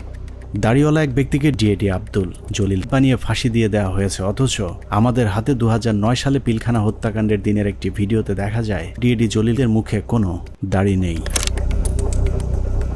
এখন প্রশ্ন আসতে পারে, পিলখানা হত্যাকাণ্ডের সাথে কি তাহলে কোনো বিডিআর সদস্য জড়িত ছিল না? অবশ্যই ছিল, কিন্তু যারা জড়িত ছিল তাদেরকে এই মামলায় শাস্তি দেওয়া সম্ভব নয়, কারণ মামলার মূল উদ্দেশ্যই ছিল পিলখানা হত্যাকাণ্ডের বাকি কাজ সম্পন্ন করা। এখানে সিপাহী মাহিন এবং লেদার লিটনের মতো হত্যার মূল পরিকল্পনার সাথে জড়িত আসামিকে ভারতে পাঠিয়ে দেওয়া হয়েছে। লেদার লিটনের বাবা সাবেক সুবেদার এবং আওয়ামী লীগ নেতা তোরাব আলীকে সুনির্দিষ্ট অভিযোগ থাকার পরেও ছেড়ে দেওয়া হয়েছিল। অন্যদিকে যারা শুধুমাত্র বিডিআরের ডিজিকে জিম্মির পরিকল্পনার সাথে জড়িত কিন্তু হত্যাকাণ্ডের পরিকল্পনার কথা জানতেন না, তাদের বেশিরভাগকে জিজ্ঞাসাবাদের নামে হত্যা করা হয়েছে। বাদবাকি যারা আছেন তাদেরকেও ফাঁসির রায় দিয়ে হত্যার পরিকল্পনা ছিল, যেন আওয়ামী লীগের কোন কোন নেতা এই হত্যাকাণ্ডের পরিকল্পনার সাথে জড়িত তাদের নাম কেউ জানতে না পারে। পিলখানা হত্যাকাণ্ড যে বিডিআরকে ধ্বংস করে দেওয়ার জন্যই করা হয়েছিল তার প্রমাণ হাস্যকর এই মামলায় 18,519 জন বিডিআর জওয়ানকে আসামি করা।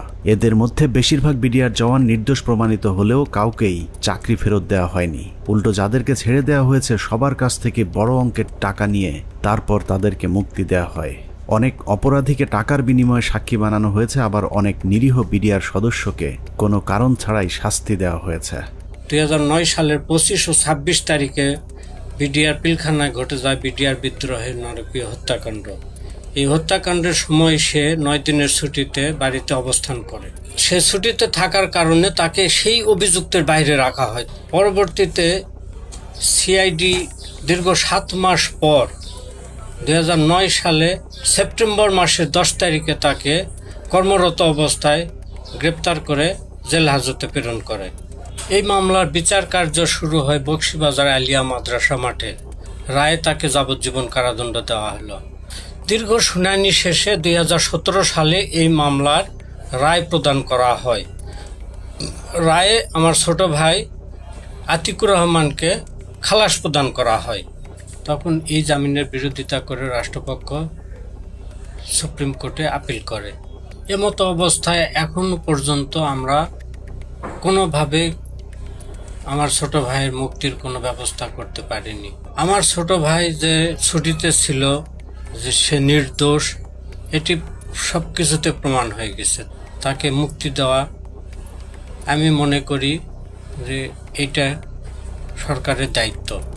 এভাবেই চলেছে পিলখানা হত্যাকাণ্ডের বিচারের নামে অবিচার। আতিক থেকে তৌহিদ পিলখানা হত্যাকাণ্ডের বিচারের নামে 18,000 পরিবারের সাথে গেল 16 বছর যা হয়েছে তাই পৃথিবীর ইতিহাসে আর কখনোই হয়েছে কিনা আমাদের জানা নেই। মামলা, তদন্ত, জিজ্ঞাসাবাদ থেকে শুরু করে জবানবন্দি, কোথাও ন্যায় বিচার পায়নি বিডিআরের পরিবারগুলো। একটা ফ্যামিলি ধ্বংস হওয়ার মতো যা যা দরকার সবকিছুই ঘটছে আপনার ফ্যামিলিতে।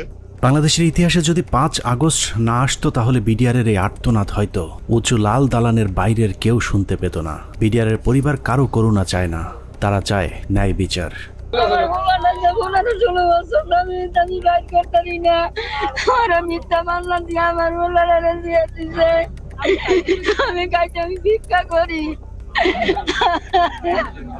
অনেক হয়েছে, আর না। পিলখানা হত্যাকাণ্ড নিয়ে নতুন করে কমিশন তৈরি হয়েছে। আমরা সেই কমিশনের কাছে সুষ্ঠু তদন্ত চাই। আমরা কমিশনের প্রতিদ্বন্দ্বী নই, বরং কমিশনের সুবিধার্থে আমরা পিলখানা হত্যাকাণ্ড নিয়ে গঠিত প্রথম তদন্তের সাথে জড়িত কয়েকজন কর্মকর্তার কিছু পর্যবেক্ষণ দিয়ে অনুসন্ধান শেষ করব। পিলখানা হত্যাকাণ্ডের পরের 2 সপ্তাহ সেনাবাহিনীর একটি অংশ সঠিকভাবে তদন্তের চেষ্টা করেছিল, কিন্তু সেই তদন্ত শেষ হবার আগেই তাদেরকে থামিয়ে দেওয়া হয়। আমি তদন্তকালে যেটা দেখলাম, কিছু বিষয় তদন্তে মনোযোগী হওয়ার কারণে কমিটির অন্যান্যরা আমাকে মোটামুটি একটা হোস্টাইল মেম্বার হিসেবে চিহ্নিত করে এবং অসহযোগিতা শুরু করে এবং আমার কার্যক্রমকে তারা ওপেনলি ডিসক্রেডিট করার চেষ্টা করে। এই পরিস্থিতিতে যখন তারা ব্যর্থ হয় তখন ব্রিগেডিয়ার রফিককে আমাদের তদন্ত কমিটির একজন সদস্য কোনো চাহিদা বা কোনো প্রয়োজন ছাড়াই আমার সিনিয়র তাকে সম্পৃক্ত করে, যেহেতু উনি সিনিয়র, উনি সম্পূর্ণ দায়িত্বটা নিয়ে নেন এবং পরবর্তীতে রিপোর্ট সাবমিট করেন। তদন্তকারী দল একটি বিষয় লক্ষ্য করেন যে পিলখানা হত্যাকাণ্ডে যাদেরকে হত্যা করা হয়েছে তাদের বেশিরভাগকে খুব সম্প্রতি বিডিআরে বদলি করা হয়েছিল। এই বদলির সাথে যারা সম্পৃক্ত ছিল তাদেরকে সন্দেহভাজন মনে করেন তদন্তকারী ওই সেনা কর্মকর্তারা।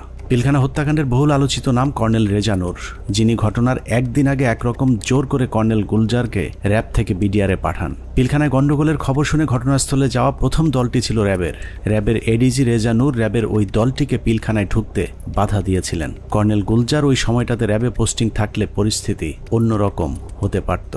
এইখানে মেইন গেটে শামসাররা ছিলেন, র্যাব 2 ছিল, মানে র্যাব 2 প্লাস হচ্ছে মানে শামসার অলরেডি বলেছেন যে মানে আয়ত্তের মধ্যেই ছিল, কিন্তু কোনোভাবেই অর্থাৎ রেজা নূর খান স্যারের সঙ্গে উনি আবার মানে আমার আগের সিও ছিলেন, সেই হিসেবে স্যারের সঙ্গে আমারও কথা হয় যে স্যার এই ব্যাপার, তো এটা আমরা ইয়ে করতে পারি, কোনোভাবেই মানে এটা অপারেশন করার কোনো মানে উনি কোনো পারমিশন দেননি। পিলখানা হত্যাকাণ্ডে শহীদদের একটা বড় অংশ ছিলেন যারা ভারতের সাথে ব্রহ্মমারি এবং পাদুয়া যুদ্ধে অংশ নিয়েছিলেন, যে কারণে তদন্তকারীদের সন্দেহ আরও প্রকট হয়। অতএব হঠাৎ করে এতগুলো পোস্টিং কি কারণে কেন হয়েছিল সেটা খতিয়ে দেখতে হবে।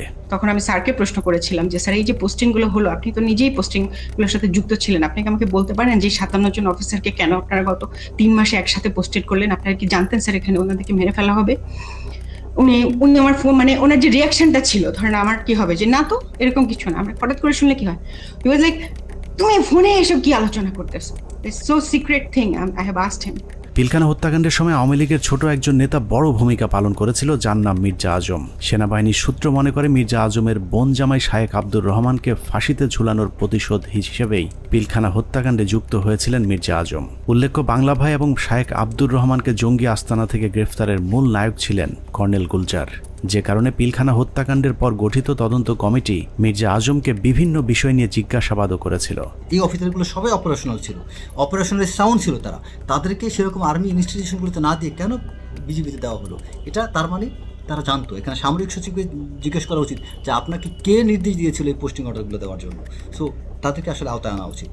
তাপস, মির্জা আজম, র্যাপিড ডিজি, এডিজি, দেন সামরিক সচিব, ডিজিএফআই ডিজি, শেখ হাসিনা, মইনু আহমেদ, এরা প্রত্যেকেই ডাইরেক্টলি সম্পৃক্ত, কোনো সন্দেহ নেই। পিলখানা 3 ও 4 নম্বর গেটে আওয়ামী লীগের যে মিছিলটি হয়েছিল সেই মিছিলের নেতৃত্ব দেওয়া ব্যক্তিকে আটক করেছিল মেজর মনির, কিন্তু গুরুত্বপূর্ণ সেই আসামিকে কর্নেল সালেহ বাঁচিয়ে দেন। উল্টো ওই ব্যক্তিকে আটকের অপরাধে মেজর মনিরকে শাস্তি দেওয়া হয়। অতএব কর্নেল সালেহকে আটক করলেই জানা যাবে কেন তিনি সেই আসামিকে ছাড়িয়ে নিয়েছিলেন। ওই ছেলেটাকে যখন আমি আপনার অ্যারেস্ট করে নিয়ে আসছি, তো প্রতিমধ্যেই আমি একটা কাজ করেছিলাম, ওর স্বাভাবিক কারণে আমি তখন কথাবার্তা বলতে থাকি, জিজ্ঞাসাবাদ করতে থাকি। তো আমি তখন তাকে একটা তাৎক্ষণিক জিজ্ঞাসাবাদ করেছিলাম যে তোমাকে কি আদেশ দিয়েছিল মিছিল করার জন্য। তো ছেলেটা খুব স্বাভাবিকভাবে বললো যে আমাকে তো ভাই বলছে। ভাই মানে কোন ভাই? বললো যে তাপস ভাই আমাকে বলছে যে তুমি একটা মিছিল নিয়ে ঢুকবা। তো আমি তো সেই ওনার কথা অনুযায়ী তো কথা বলতে পারি না, বলছে তো আমাকে করতে হয়। তো আমি তখন একটা মিছিল নিয়ে ওখানে ঢুকলাম, কিন্তু মিছিল নিয়ে ঢুকে যখন আমি বের হয়ে যাই, তো তখন ওই মিছিলের সাথে দেখলাম আমাদের যুবলীগের অনেক ছেলে পেলে, আমাদের এলাকার নেতাকর্মী তখন আমার মিছিলের সাথে বের হয়ে আসলো। পিলখানার লগবুক অনুযায়ী ঘটনার দিন সকাল 6:30 পিলখানার ভেতরে প্রবেশ করেন এবং 7টায় বেরিয়ে আসেন তৎকালীন শিল্পমন্ত্রী দিলীপ বড়ুয়া। আধা ঘন্টার সময় তিনি কাদের সাথে কি কথা বলেছেন সেটা বের করতে হবে। আওয়ামী লীগের সাবেক আরেক এমপি মুশতাক আহমেদ রুহির সরাসরি হত্যাকাণ্ডে জড়িত থাকার প্রমাণ পেয়েছিল সেনাবাহিনীর ওই তদন্তকারী দলটি, যে কারণে তাকে উত্তরা থেকে গ্রেফতার করেছিলেন র্যাব 1-এর সিও মেজর মনির। কিন্তু আটকের কয়েক ঘন্টার মধ্যেই তাকে ছাড়তে বাধ্য করা হয়। আওয়ামী লীগের আরও ডজনখানেক মন্ত্রী প্রতিমন্ত্রীর নাম জিজ্ঞাসাবাদের তালিকায় ছিল, কিন্তু তাদের বিরুদ্ধে পরবর্তীতে কোনো ব্যবস্থা নেওয়া হয়নি। এর মধ্যে সাবেক স্বরাষ্ট্র প্রতিমন্ত্রী সোহেল তাজ ছিলেন অন্যতম সন্দেহভাজন পরিকল্পনাকারী, যিনি পর্দার আড়ালে থেকে ঠান্ডা মাথায় ভারতীয় গোয়েন্দা সংস্থার সাথে যুক্ত হয়েছিলেন। সেনাবাহিনী সূত্র জানিয়েছে সোহেল তাজ পিলখানা হত্যাকাণ্ডের আগে বিদেশে যাবার কথা বললেও সে ঢাকা বিমানবন্দর থেকে সিলেটে গিয়ে সেখান থেকে আবারও হেলিকপ্টারে ঢাকায় ফেরত আসেন। পিলখানার ঘটনায় ভারতের সাথে যোগাযোগ রক্ষায় গুরুত্বপূর্ণ ভূমিকা পালন করেছেন সোহেল তাজ। তদন্ত কমিটি সোহেল তাজের পাসপোর্ট চেক করলেই প্রমাণ হয়ে যাবে তিনি আদৌ ওই সময়টাতে দেশের বাইরে অবস্থান করেছিলেন কিনা। পিলখানা হত্যাকাণ্ডের মতো এত ভয়ঙ্কর একটি সরকারি পরিকল্পনার সময় সোহেল তাজ কোথায় ছিলেন, তার ভূমিকাই বা কি ছিল তা পরিষ্কার হওয়া প্রয়োজন। বলা হয়ে থাকে সোহেল তাজ ঠিক ঘটনার আগে দেশের বাইরে অবস্থান করছিলেন। যদি সেটাও হয়ে থাকে তাহলে তিনি হঠাৎ করে কেন দেশের বাইরে চলে গেলেন?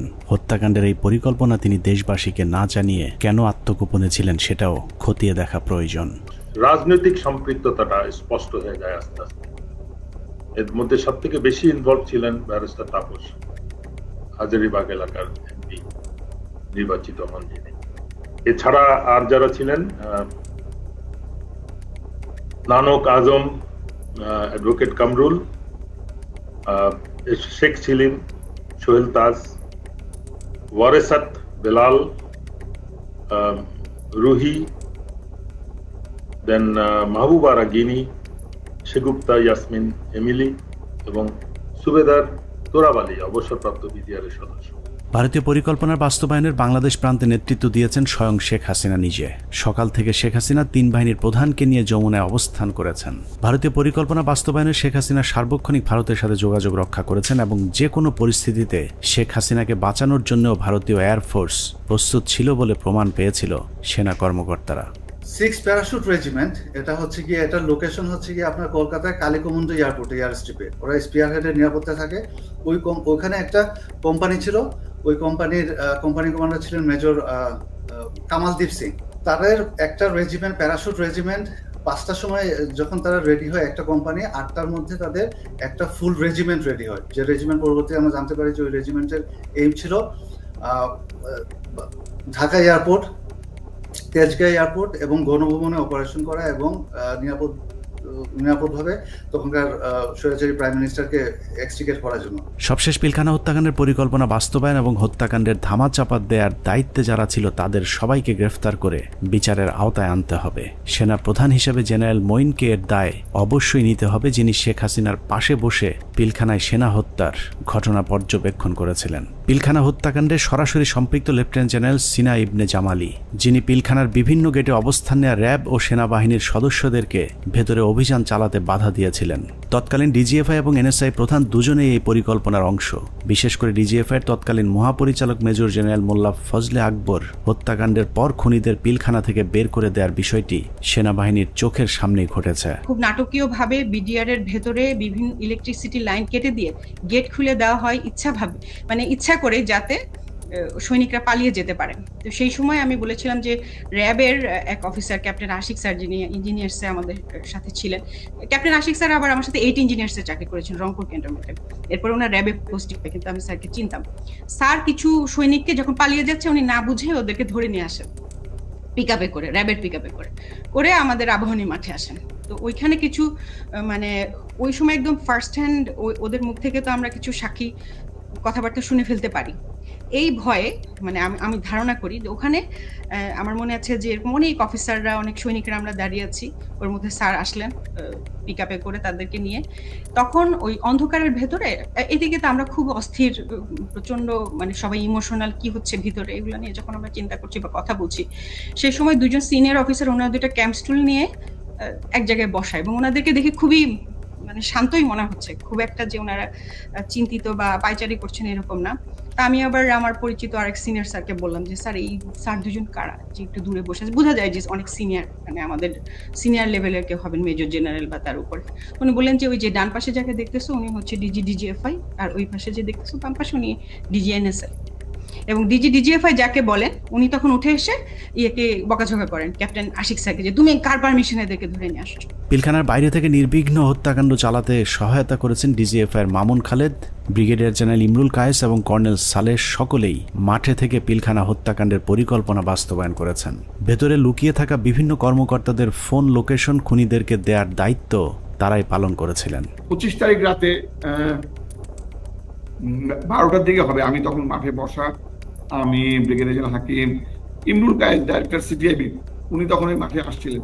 তো উনি মাঠে এসে বলল যে তোমাদের জানা মতো যদি কেউ থাকে, যে ভিতরে থাকে, তোমাদের কাছে কোনো ফোন আসে, তাহলে সেটা আমাদেরকে জানাও, কারা কারা কিভাবে কি আসে, তো সেটা আমরা জানিয়ে দিব। 44 রাইফেলস ব্যাটালিয়নের অধিনায়ক লেফটেন্যান্ট কর্নেল শামস পিলখানার ভেতরে থেকে মূল নেতৃত্ব দিয়েছেন। মূলত 44 নম্বর ব্যাটালিয়ন পুরো বিদ্রোহের নেতৃত্ব দিয়েছিল, যে কারণে পিলখানা হত্যাকাণ্ডে 44 রাইফেলস ব্যাটালিয়নের কোনো সেনা কর্মকর্তা ওই দিন মারা যায়নি। নিরীহ সিপাহীদেরকে মিথ্যা স্বপ্ন দেখিয়ে বিদ্রোহে অংশ নিতে উদ্বুদ্ধ করা লেফটেন্যান্ট জেনারেল শামস পিলখানা থেকে বাইরে এসেই শেখ হাসিনাকে ধন্যবাদ জানিয়েছিলেন, অথচ ভেতরে তখন 57 সেনা কর্মকর্তার বিকৃত লাশ পড়েছিল। পিলখানা হত্যাকাণ্ডের পুরস্কার হিসেবে লেফটেন্যান্ট কর্নেল শামসকে পরবর্তীতে সেনাবাহিনীর গুরুত্বপূর্ণ পদে পদায়ন করা হয়েছিল, যা অত্যন্ত রহস্যজনক। যে মাননীয় প্রধানমন্ত্রীর অ্যাড্রেসটা আসলে সেখানে এদের অস্ত্র জমা দেওয়ার ক্ষেত্রে একটা টনিক হিসাবে কাজ করেছে। আমি মাননীয় প্রধানমন্ত্রীকে আসলে ধন্যবাদ জানাবো। আমাদের হাতে আসা তথ্য বলছে 2009 সালের 25শে ফেব্রুয়ারি পিলখানার দরবার শুরুর ঘণ্টা তিনেক আগে সকাল 6টায় হঠাৎ করে বিডিআরের কেন্দ্রীয় কোতের দায়িত্ব পরিবর্তন করে মেজর রিয়াজকে দেওয়া হয়েছিল, যার বিরুদ্ধে পিলখানা হত্যাকাণ্ডে সম্পৃক্ত থাকার সুনির্দিষ্ট প্রমাণ পেয়েছিল তৎকালীন তদন্তকারী সেনা কর্মকর্তারা। তাকে দ্রুত গ্রেফতার করলে গুরুত্বপূর্ণ তথ্য পাওয়া যাবে। পিলখানা হত্যাকাণ্ডের 2 দিন পর ব্রিগেডিয়ার জেনারেল মঈনুল ইসলামকে মেজর জেনারেল পদোন্নতি দিয়ে বিডিআরের ডিজি বানানো হয়েছিল। ডিজি হয়েই হত্যাকাণ্ডের সব আলামত নষ্টের পুরো দায়িত্ব পালন করেছিল মেজর জেনারেল মঈনুল ইসলাম। পিলখানায় হত্যাকাণ্ড বাস্তবায়ন, তদন্তে বাধা, জিজ্ঞাসাবাদের নামে সৈনিক এবং সেনাবাহিনীর কর্মকর্তাদের নির্যাতনের দায়িত্ব পালন করেছে এমন আরও কয়েকজনের তালিকা আমাদের হাতে এসেছে। এদের মধ্যে র্যাব 2 এর তৎকালীন CO lieutenant colonel Salauddin Bir Protik, brigadier general Moazzem, brigadier Saidur Rahman, brigadier Mukim, colonel Imran Ibne Rouf, lieutenant colonel Sharafat, যারা 57 সেনা কর্মকর্তা হত্যার আসল রহস্য ধামাচাপা দিতে সেনাবাহিনীর 96 জন এবং বিডিআরের অসংখ্য পরিবারের উপর চরম জুলুম নির্যাতন চালিয়েছেন। 16 বছরে বিডিআরের এরকম অনেক পরিবার আছে যারা পেট বাঁচাতে রাস্তায় ভিক্ষা করতে নেমেছে। আমাদের অনুসন্ধানে কোনো অপরাধীকে বাঁচাতে চাইনি কিংবা নির্দোষীকে ফাঁসাতেও চাইনি। আমরা আসলেই একটা সুষ্ঠু তদন্ত সাপেক্ষে বিচার চাই, যেই বিচারে শুধুই বিডিআর নয়, সব খুনিদের বিচার হবে। নিরীহ বিডিআরদেরকে দ্রুত মুক্তি দেওয়া হবে এবং যারা নিরপরাধ ছিল তাদেরকে আবারও চাকরি সহ সকল সুযোগ সুবিধা ফেরত দিতে হবে। আল্লাহ হাফেজ।